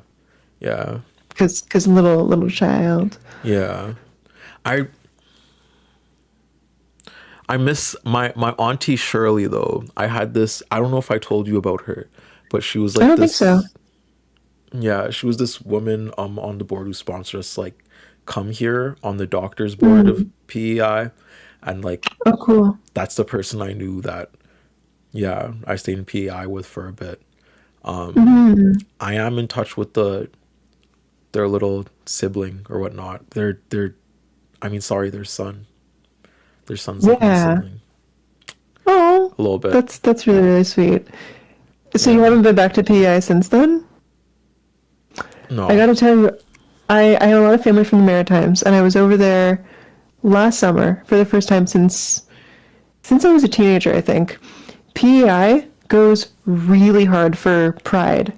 Like, I was there the week of the Pride Parade.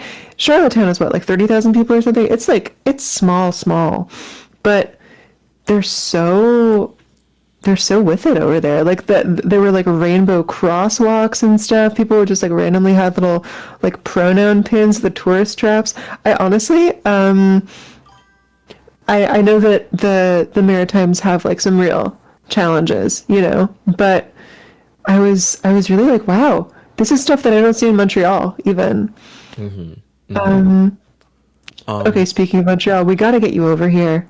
I'm serious. I'm always like proselytizing for people to come visit because I think being a tourist here might be better than living here, but it'd be fun. Yeah, I do want to visit Montreal and Toronto and that side of Canada, but I've heard really good things from Montreal from Khadijah. I know they have. You ever bumped with Khadijah or intermingled? Because y'all You are, know, yeah. Sorry. yeah, no, we live in the same city. I saw them at a activist thing like a year or two ago, and I just felt like they were busy, you know, they were doing stuff, and so I was like, okay, I gotta respect the space here, and we haven't run into each other since then. I'm a fan, but we don't really know each other. There's not really a like a YouTuber scene here. There used to be. When I was a teenager, I volunteered for this kind of local YouTuber sort of meetup community thing. I was the youngest person there by like 10 or 15 years. It was like, you know, all these like a mix of like gamer dudes and guys who just like people who really wanted to be famous at any expense. And this I was went on to work 2010, some so of this it. was like the Jake Paul era. Hey, like this was. Maybe even before Jake Paul. It was what it was like first wave Shane Dawson. Oh. And like the prank channels and stuff. There's this. Yes. Okay, Oh, okay, yeah, I huge, remember huge at the that. time. Yeah, like a really trashy, brash era of YouTube that I was kind of trying to. I was a little too artsy for it, but I was trying to ingratiate myself to like get work. I wound up working for one of these channels, kind of one of the bigger YouTubers in Montreal, who I'm sure that no one watching has ever heard of, but I think at that point I decided, let me just be friends with my friends.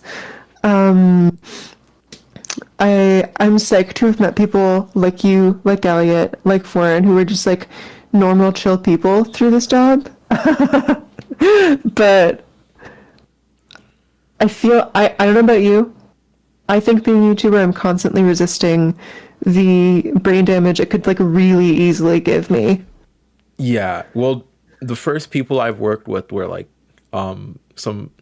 Well, I don't think this will ever come back to me. I think this is like an obscure live. But when I worked with Mr. Beast, like I swear to God, I had that same like, you know, that same like thought process of like clout. Yeah, like the thought process of clout. That's the first time I really saw it in someone to such an insidious degree, where I was like, yeah, like you won't let me, like because I was hired initially because I was really good on TikTok and my channel was doing really well, and it was specifically because of it, my editing style. So we're like, okay, come run our TikTok, and I was like, okay, I'll do that. But when I was put on the team and everything, it was almost like every idea I pitched was stripped down and essentially essentialized. I mean, essentially essentialized. It was essentialized. Meaning, like, what would that look like? Like, Yeah. what kind of ideas were you pitching? What was happening? Yeah, like I would pitch something. I actually do have the ideas still here too. I would pitch like more. I wonder if I could even like bring this up on the OBS. I could. Oh my God, let's go. Yeah, Let's go. don't leak me though, chat. Don't say this in. This don't- is pretty crazy lore. I can't remember if I knew this about you or not. Yeah. This is actually how I met FD, I think. Was FD also working for Mr. Beast? That feels like a big leak. If true. Okay, no. No. So they'd give us. That would be troubling. Yeah, that'd be very weird. I will put it on the side here of like how we structure our pitches and stuff. Oh, all right. And I'll watch it on the stream. Is that the idea? Yeah. I'll just word. have it up here. Where? Oh no, wrong place. Oh, it happened. There we go.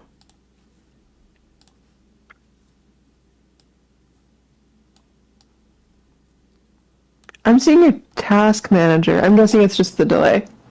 Yeah, it is a little bit of a delay. Word. My fault.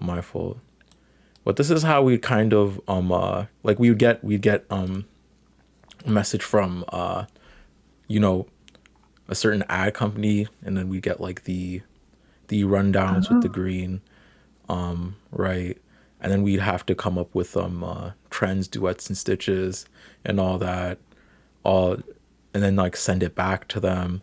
This was 09 21 22, right.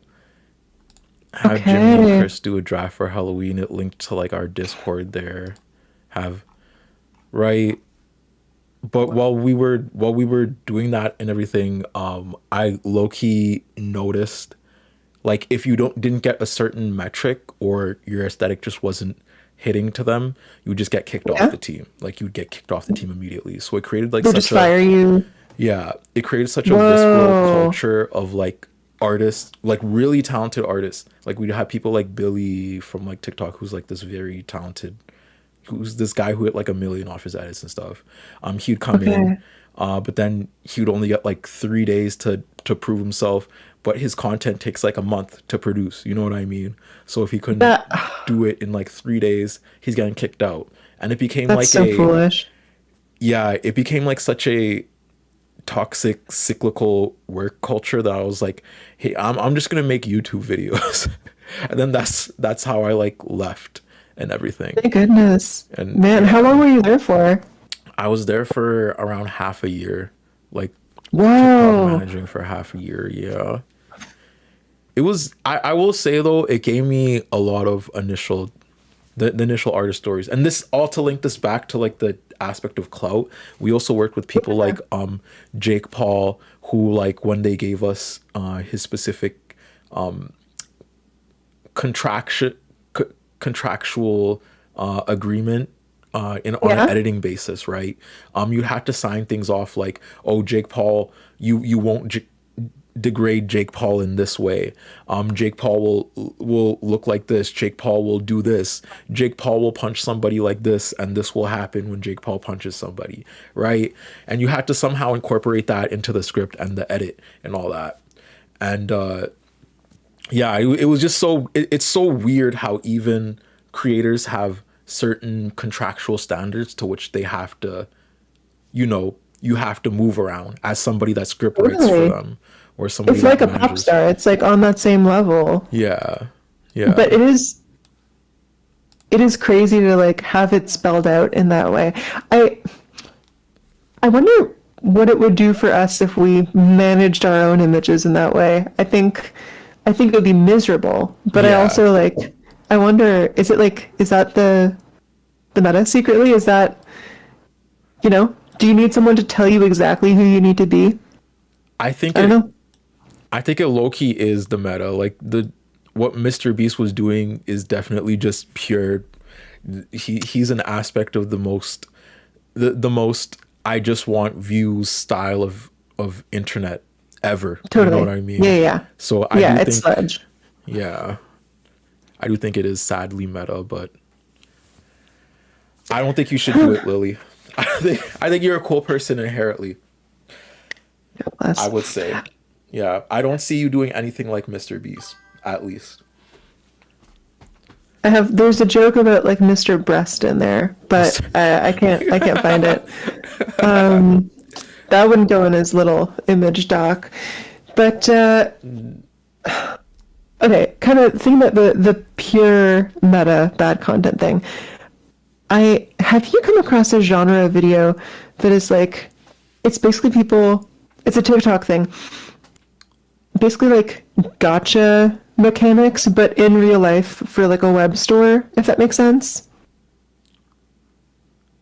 I can make that a little more concrete. Yeah, I need it to make sense. It doesn't make sense. Okay. You know those machines full of little plastic balls. Well, one side is clear. You could pop it open, and there's a little toy or a piece of paper or a sticker, whatever. Oh yeah. So people on TikTok will run a machine like that, and in each thing, okay, you could put them like $50, and they're going to open a certain number of those for you on video, and then they're going to give you whatever is indicated inside. So like one will say like, little keychain or flashlight or whatever. So already this is kind of crazy because it's like, okay, you're spending $50 for for like 15 objects or whatever. You don't know what they are, so you probably don't need them, because if you needed them, you would just buy them. But here's the thing that's messing with me. A lot of the things inside, it's weapons. This might be my next video, I'm not sure yet, but I'll send you one of these. It'll be brass knuckles or tasers or pepper sprays or like knives, which, by the way, this stuff in Canada, super illegal. You can't just bail people of the thing of weapons. Because I was like, is this America? Like, maybe. Like, I don't... Maybe. Yeah. That's I think I might try to order one just to see what happens. Is she talking about Gachapon? Yes, but like it's Gachapon run by an individual, like small business owner, and selling weapons. The crazy thing for me, the crazy thing is the weapons. The interesting thing for me is the aesthetic. The vibe of the thing is like it's like a super girly thing. There's like a real emphasis on like, I want a pink taser, I want a blue taser. And just like the sort of the feminist angle on like getting weapons to carry around with you in case some random person is like a threat to your safety. I don't know. That's actually cool, because like that was actually one of the first things that popped into my mind when you said there was a gacha with weapons. I was like, is there like pink tasers? And yes. Now I see the appeal. Now I see the consumerism. The consumerism. Yeah. It's just the joy of buying a bunch of stuff. And I worry I might not be the right person for this video, because I hate having stuff. I don't understand. Well, I mean, obviously I got a lot of shit back here, but I don't understand the impulse to just buy 15 of whatever, and have the excitement be like getting it in the mail and then it's just gonna sit there or something. Yeah. And also, like, when we were kids, weren't those 25-cent things like so they were so relevant in malls, remember? Like when you had like those, I remember like totally. asking my dad for a bunch of quarters and going in like being like, oh, what toy am I gonna get? And I want this candy, and I want da-da-da, and I want da-da-da. The fact that process has been so removed that it's now like $50 and it's about toy and it's about weapons. It's weird. It's weird. Because they identified the base thing it's not about what you get, it's about the thrill of opening the thing. And they've sort of like standardized it, I guess. Because if you tell a kid, okay, you can have one of these or you can have 20, the kid's gonna want 20. They just don't have that option, Man, but it's not just that they're pink, okay? They come in every color. They have sequins on them, some of these things. There's like some of these things are like strictly super impractical, and it's clearly just like security theater, right? Like it'll be a tiny little knife. My cat's in front of the light. With the sheath is like a key, So it looks like a key, but it's actually a knife. But it's also like that freaking wide. So you're not going to do anything with that. It's, I don't know. I'm thinking a lot about like fear of crimes happening to you lately. I feel like it is sort of an under-discussed, but like defining fear of like people don't want to be in the city, they don't want to be around people they don't know, they don't want to be out at night, or like I don't know, man. Yeah, and it's for very real reasons too. Like for very real reasons. Like I don't know how much people have been like, well, probably my whole audience. Like y'all are around my age. Y'all probably all been clubbing before. I know we all have stories of like friends where like situations have gone awry, or like friends who weren't able to like make it home because of certain scenarios that happen, or certain times they've been followed out in public, like in subways or transit. I know this is like actually a really prevalent problem in Vancouver, specifically the SkyTrain. But oh Jesus, yeah, like it's a real problem. Like women will have like certain types of, some women will have like stalkers who give them a sense of paranoia, and at a base level, it's just like way more safer as a mask presenting person to walk around and whatnot. Like compared to like my sister, it's like night and day. Like, because I'm like a 6'5" pseudo mask presenting person. Like no one's coming up to me like in the middle of the night, or people are actively walking to the other side of the road. But like with my sister, Jesus. Yeah, my sister like will actively be followed by a lot of people for very weird reasons. Oh my God, yeah. Yeah. By the way, Aeronox in chat saying, is it cool if I join the call? Definitely cool with me. Yeah. Definitely. Yeah, super cool. Actually, can y'all hold down the call for like 2 minutes though? Because I do need to use the washroom. If I were able to throw you my platform like a spirit bomb, like Goku. Of course. I'm going to do some really irresponsible stuff with it. Okay, I'm going to do a terrible job on here. Please do, because I need clips. Please do. Please. That is this money. You're gonna have 1 million impressions on Twitter. There we go. You're welcome in advance. Hey, now how's it going? Yeah. Oh, before I leave though, I also have to say, this is for 7gen. The Chuffed page is linked on all chats. Thank you so much for Brad Brewer for donating $21 just 7 minutes ago. That was the last one. Hearts to everybody. I'll be back in 2 minutes, just using the washroom. Wonderful. See ya. Is my mic working? Yeah, loud and clear. How you doing? Perfect. Been a while. Surviving. It's probably the best way to put it. Yeah, well, that's something.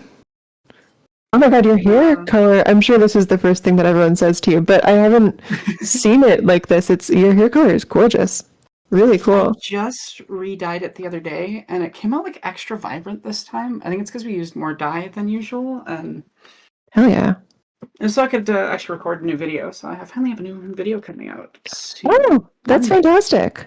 Monday. Yeah, no, I'm excited. It's actually, so the video is kind of set up for a stream I'm doing like next weekend to raise funds for bottom surgery. So yeah, okay.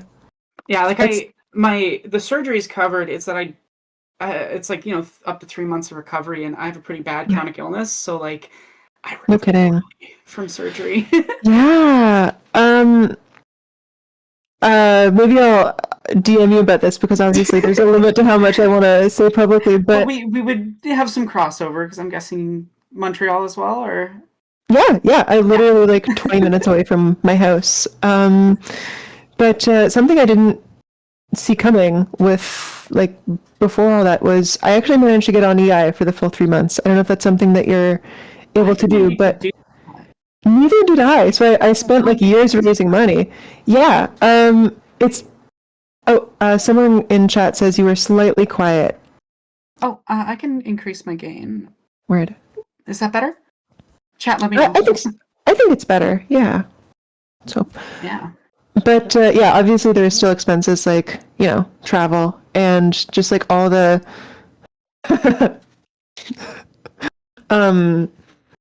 let's just say that I've been known at a local pharmacy to come in weekly and buy an enormous quantity of only one object, one item that I don't want to make eye contact while purchasing.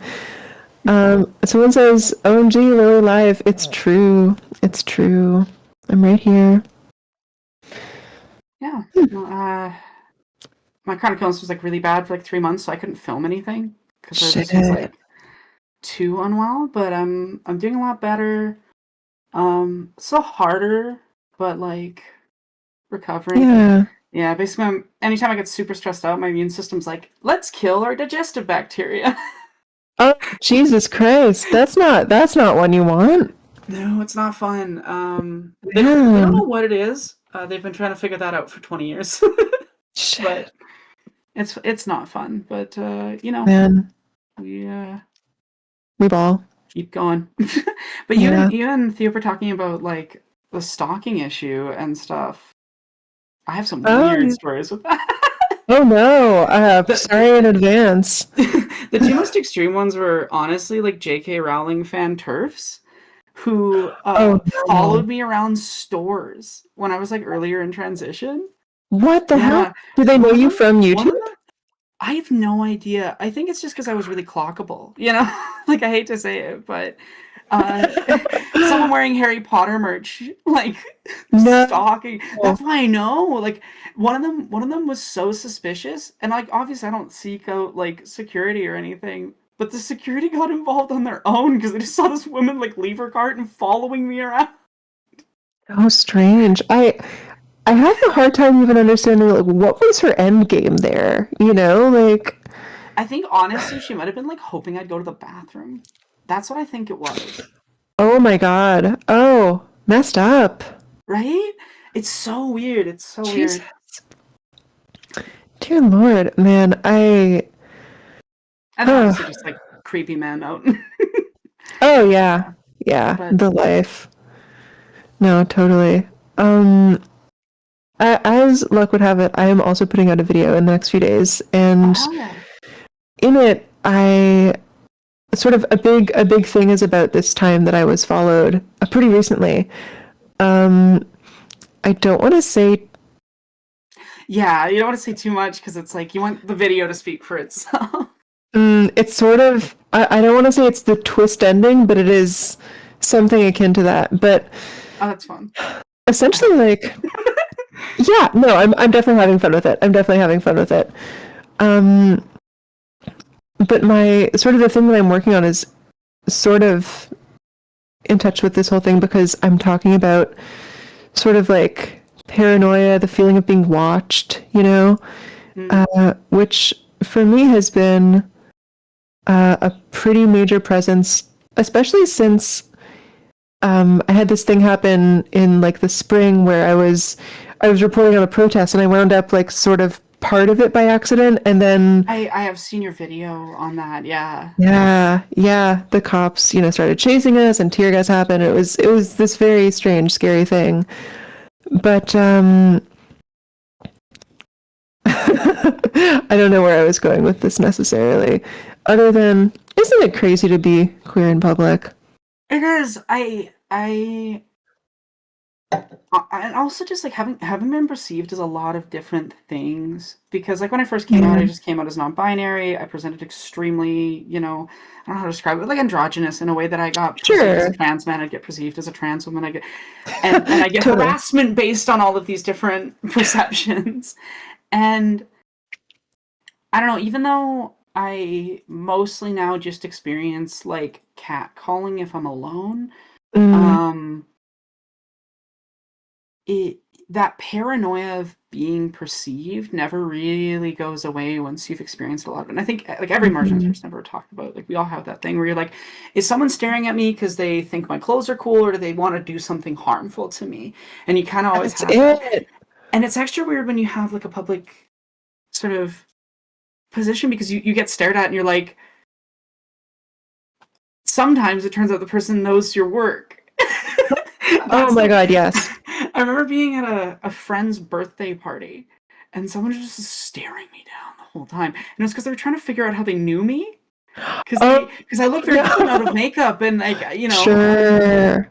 and in a different context. And then they finally went like, wait, because someone said my name, or I think I mentioned Jesse, and they're like, "You're the Aaron," and I'm like, That's crazy. It was yeah. Or when I was, Jesse flew me down for the premiere of Identities, Right. because obviously I like helped write and flesh out a lot of what the characters are and things. That's so Mostly more cool. so for. If we ever get to do the TV show, I hope we do, because all the I characters have a really lot hope more you going do. on with them that I am always just like, and I can never speak about it to anyone. Oh no! Oh Because you're not man! allowed to, you know, you gotta have to keep that into the. No, of Because course. you've just got this whole story and these characters in your head that you're like, and I must wait until we maybe get the chance to make it. I really hope. But I was flying back, and on the one flight, I like randomly met someone who like really liked Jesse and my videos and stuff, and it was like That's the weirdest crazy. experience because I was literally down there for stuff with Jesse. Whoa! Oh my God, that person left with a great anecdote. I hope so. I hope I made a positive impression. I was like sleep deprived in Minneapolis, but Sleep deprived in Minneapolis. Sequel to Sleepless in Seattle. Not quite as good. not quite as good. It was mostly. How was it? I can't remember. I was in this like major airport, and it was just like a stop over there. But I was stuck there for like 13 hours overnight, and every 20 Jesus. minutes, every 20 minutes or 30 minutes, they would play this like, bing bong. If you see a suspicious bag, you must report it to the nearest like security officer. Be suspicious of other human beings. Airport. Was this Minneapolis? I think so. I can't remember. It was like some major airport and in like the middle of the U.S. And I was there last year and remember this message. okay, it was in the Minneapolis airport. I have a terrible memory, so I'm always like, "Am I right about that?" Yeah. So you know exactly what I'm talking about. All night. I do. So like 5 or 6 people Oh, are trying to sleep on the please. benches around me, and we're all just like, Christ. and it's like the loudest speaker you've ever heard. There's just no reason. Oh my God. I don't know. Security theater always Mhm. fascinates and worries me. Like, and especially like, I don't know if you've experienced a lot of harassment from like security personnel in airports, but the few times that I've flown since coming out has always been somewhere between really awful to like I'd rather not speak about it. Yeah. Oh Jesus. I've only flown twice in my, like, I did one round trip like last year, and so I was sure to like have all my papers and stuff changed before then, thankfully. So we were good, but it did actually keep me from like international travel up until that point, you know. Yeah, it's just the security, honestly. It's just like the basic security that I often experience most stuff. Though there was the customs guy that was clearly convinced that I was a sex worker. Oh. And which first off, sex workers are awesome. Anyone who discriminates against them sucks. It wouldn't be okay even if I wasn't. But the fact that his inference of this was that I was being flown down to LA by, you know, like for film stuff, and I'm a trans woman. That was it. That was the whole like clear motivation for like this really aggressive line of questioning. Jesus. Yeah, like it was weird and intense. Man. And I just think about like hearing my parents' description of flying before 9/11. Where you just kind of like walk in the airport, get on a plane. Like for the most part, they might like they check your like they scan your luggage, but that was about it. And now we've built up over the last, you know, God, it's been 24 years now. 24 years of just endless escalating of this theater performance of security when like the TSA fails 80% of their checks anyway, so it doesn't actually do anything. Like it's purely performative. It's this like weird little shibboleth that everyone's obsessed with, where they're just like, be secure.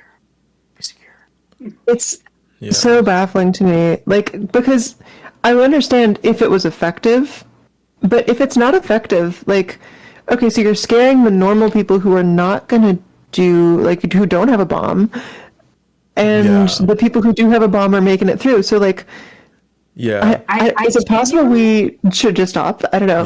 Yeah, it's literally the same. It's the purpose same is racism conservative and transphobia. tactics of creating a contained minority that they will hyper specifically police in order to generate fear to a public. You know what I mean? Like I had that a million of those experiences too, where like I'm like, oh fuck, I'm about to get checked today. I better not do this. Like like like you gotta yeah really plan things out, because otherwise yeah, it is stressful. But I also gotta say, someone just donated again. Thank you so much for the $10 donation. The Chuff link is always there for people that want to donate, but also sharing and everything. This goes to a communal kitchen that works in Saskatchewan.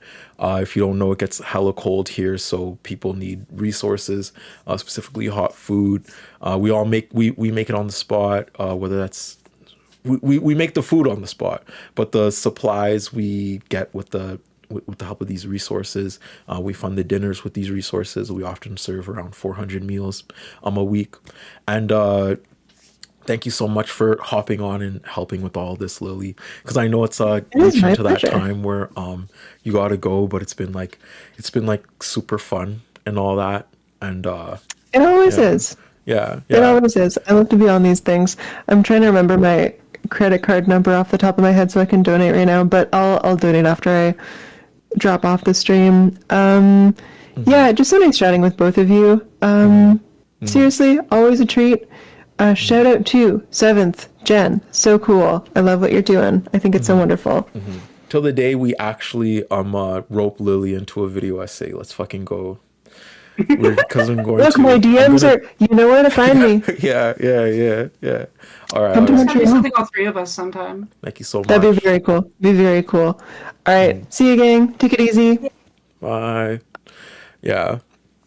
And That's true, for people that don't know who Aeronok is, this is Aeronok. I don't know how you don't know who Aeronok is, but this is Aeronok. They've been in some sort of thing that you probably watched in some sort of way, in some type of iteration, whether it was writing, script writing, or editing. Very good friend of mine. I would even say good family member of mine. That makes really good content on YouTube. And as we said before, we were talking about the sort of consumerist algorithm on YouTube, and how we're constantly forced to create, and how a lot of disabled creators get left behind in a algorithmic no, you Lily was not bad on my end. Was Lily bad on y'all's end? I'm so sorry if she was, because I swear to God she was good on my end, and I wasn't feeling anything. I think it's gotta be some issue with, like, I don't know, how OBS is maybe grabbing the audio from Discord. Yeah, maybe. But how disabled creators get left behind a lot, because they're only able to make like a certain amount of YouTube videos a year, when you're supposed to make like the algorithm at this point is primed for like channels that make like 3 videos a week, which is like wild. Like that's something a lot of creators that don't have editors and teams behind them can do. Just know I feel like the algo is really pushing that 2015 era, like pump a video, pump a video, pump a video, pump a video, which is also why I think that we're probably going to see like a resurgence in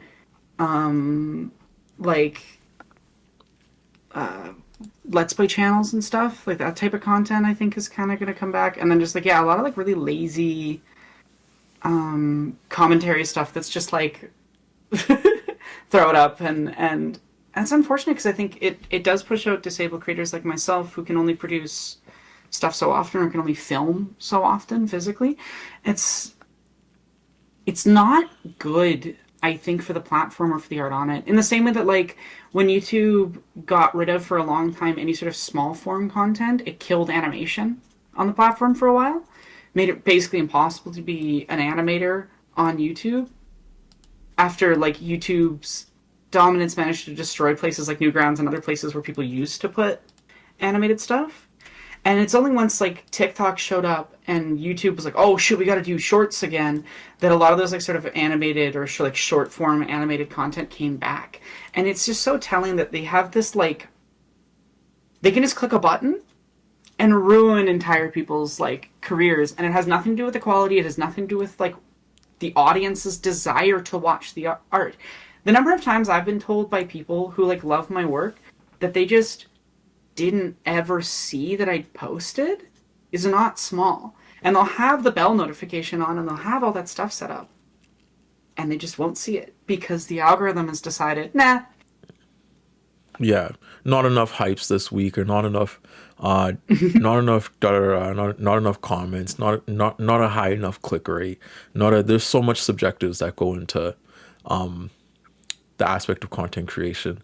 It's so up in the air every time you post something, but even more so now, as they're kind of squeezing YouTubers to pump amounts of content out in order to get consistent views. You know what I'm saying? Like, it feels like the platform is increasingly trying to bias towards a certain set of creators, like Mr. Beast, or I'm trying to think of like some other good examples. But you know what I mean? Like, there's a specific type of creator that YouTube seems to cater its algorithm to some extent.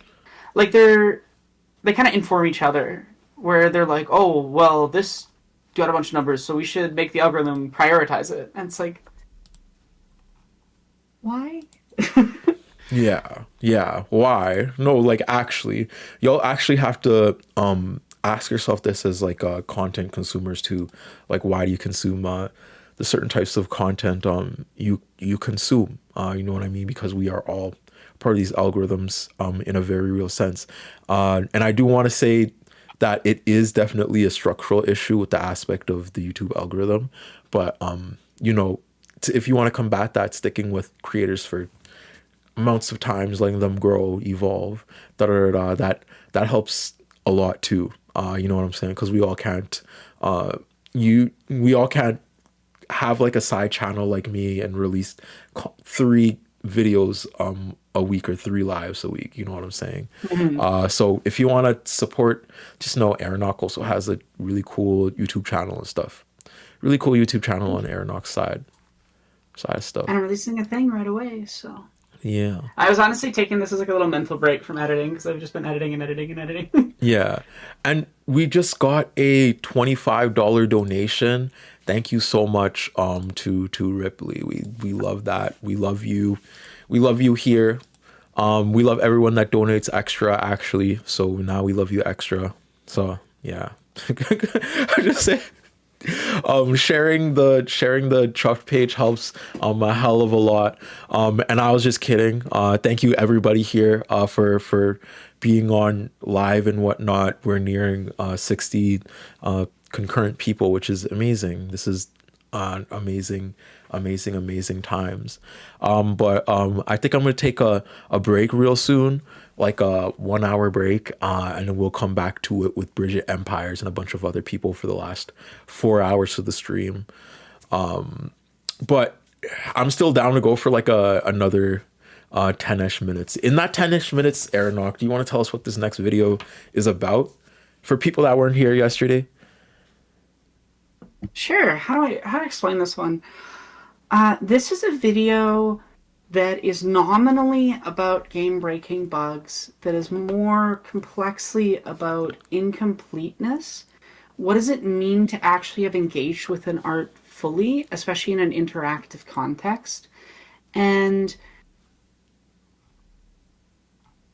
losing progress, I think is the best way to put it. So the framing device is like the first game I ever bought. The last collectible, and it broke. I could never collect it. Not, like, literally stuck in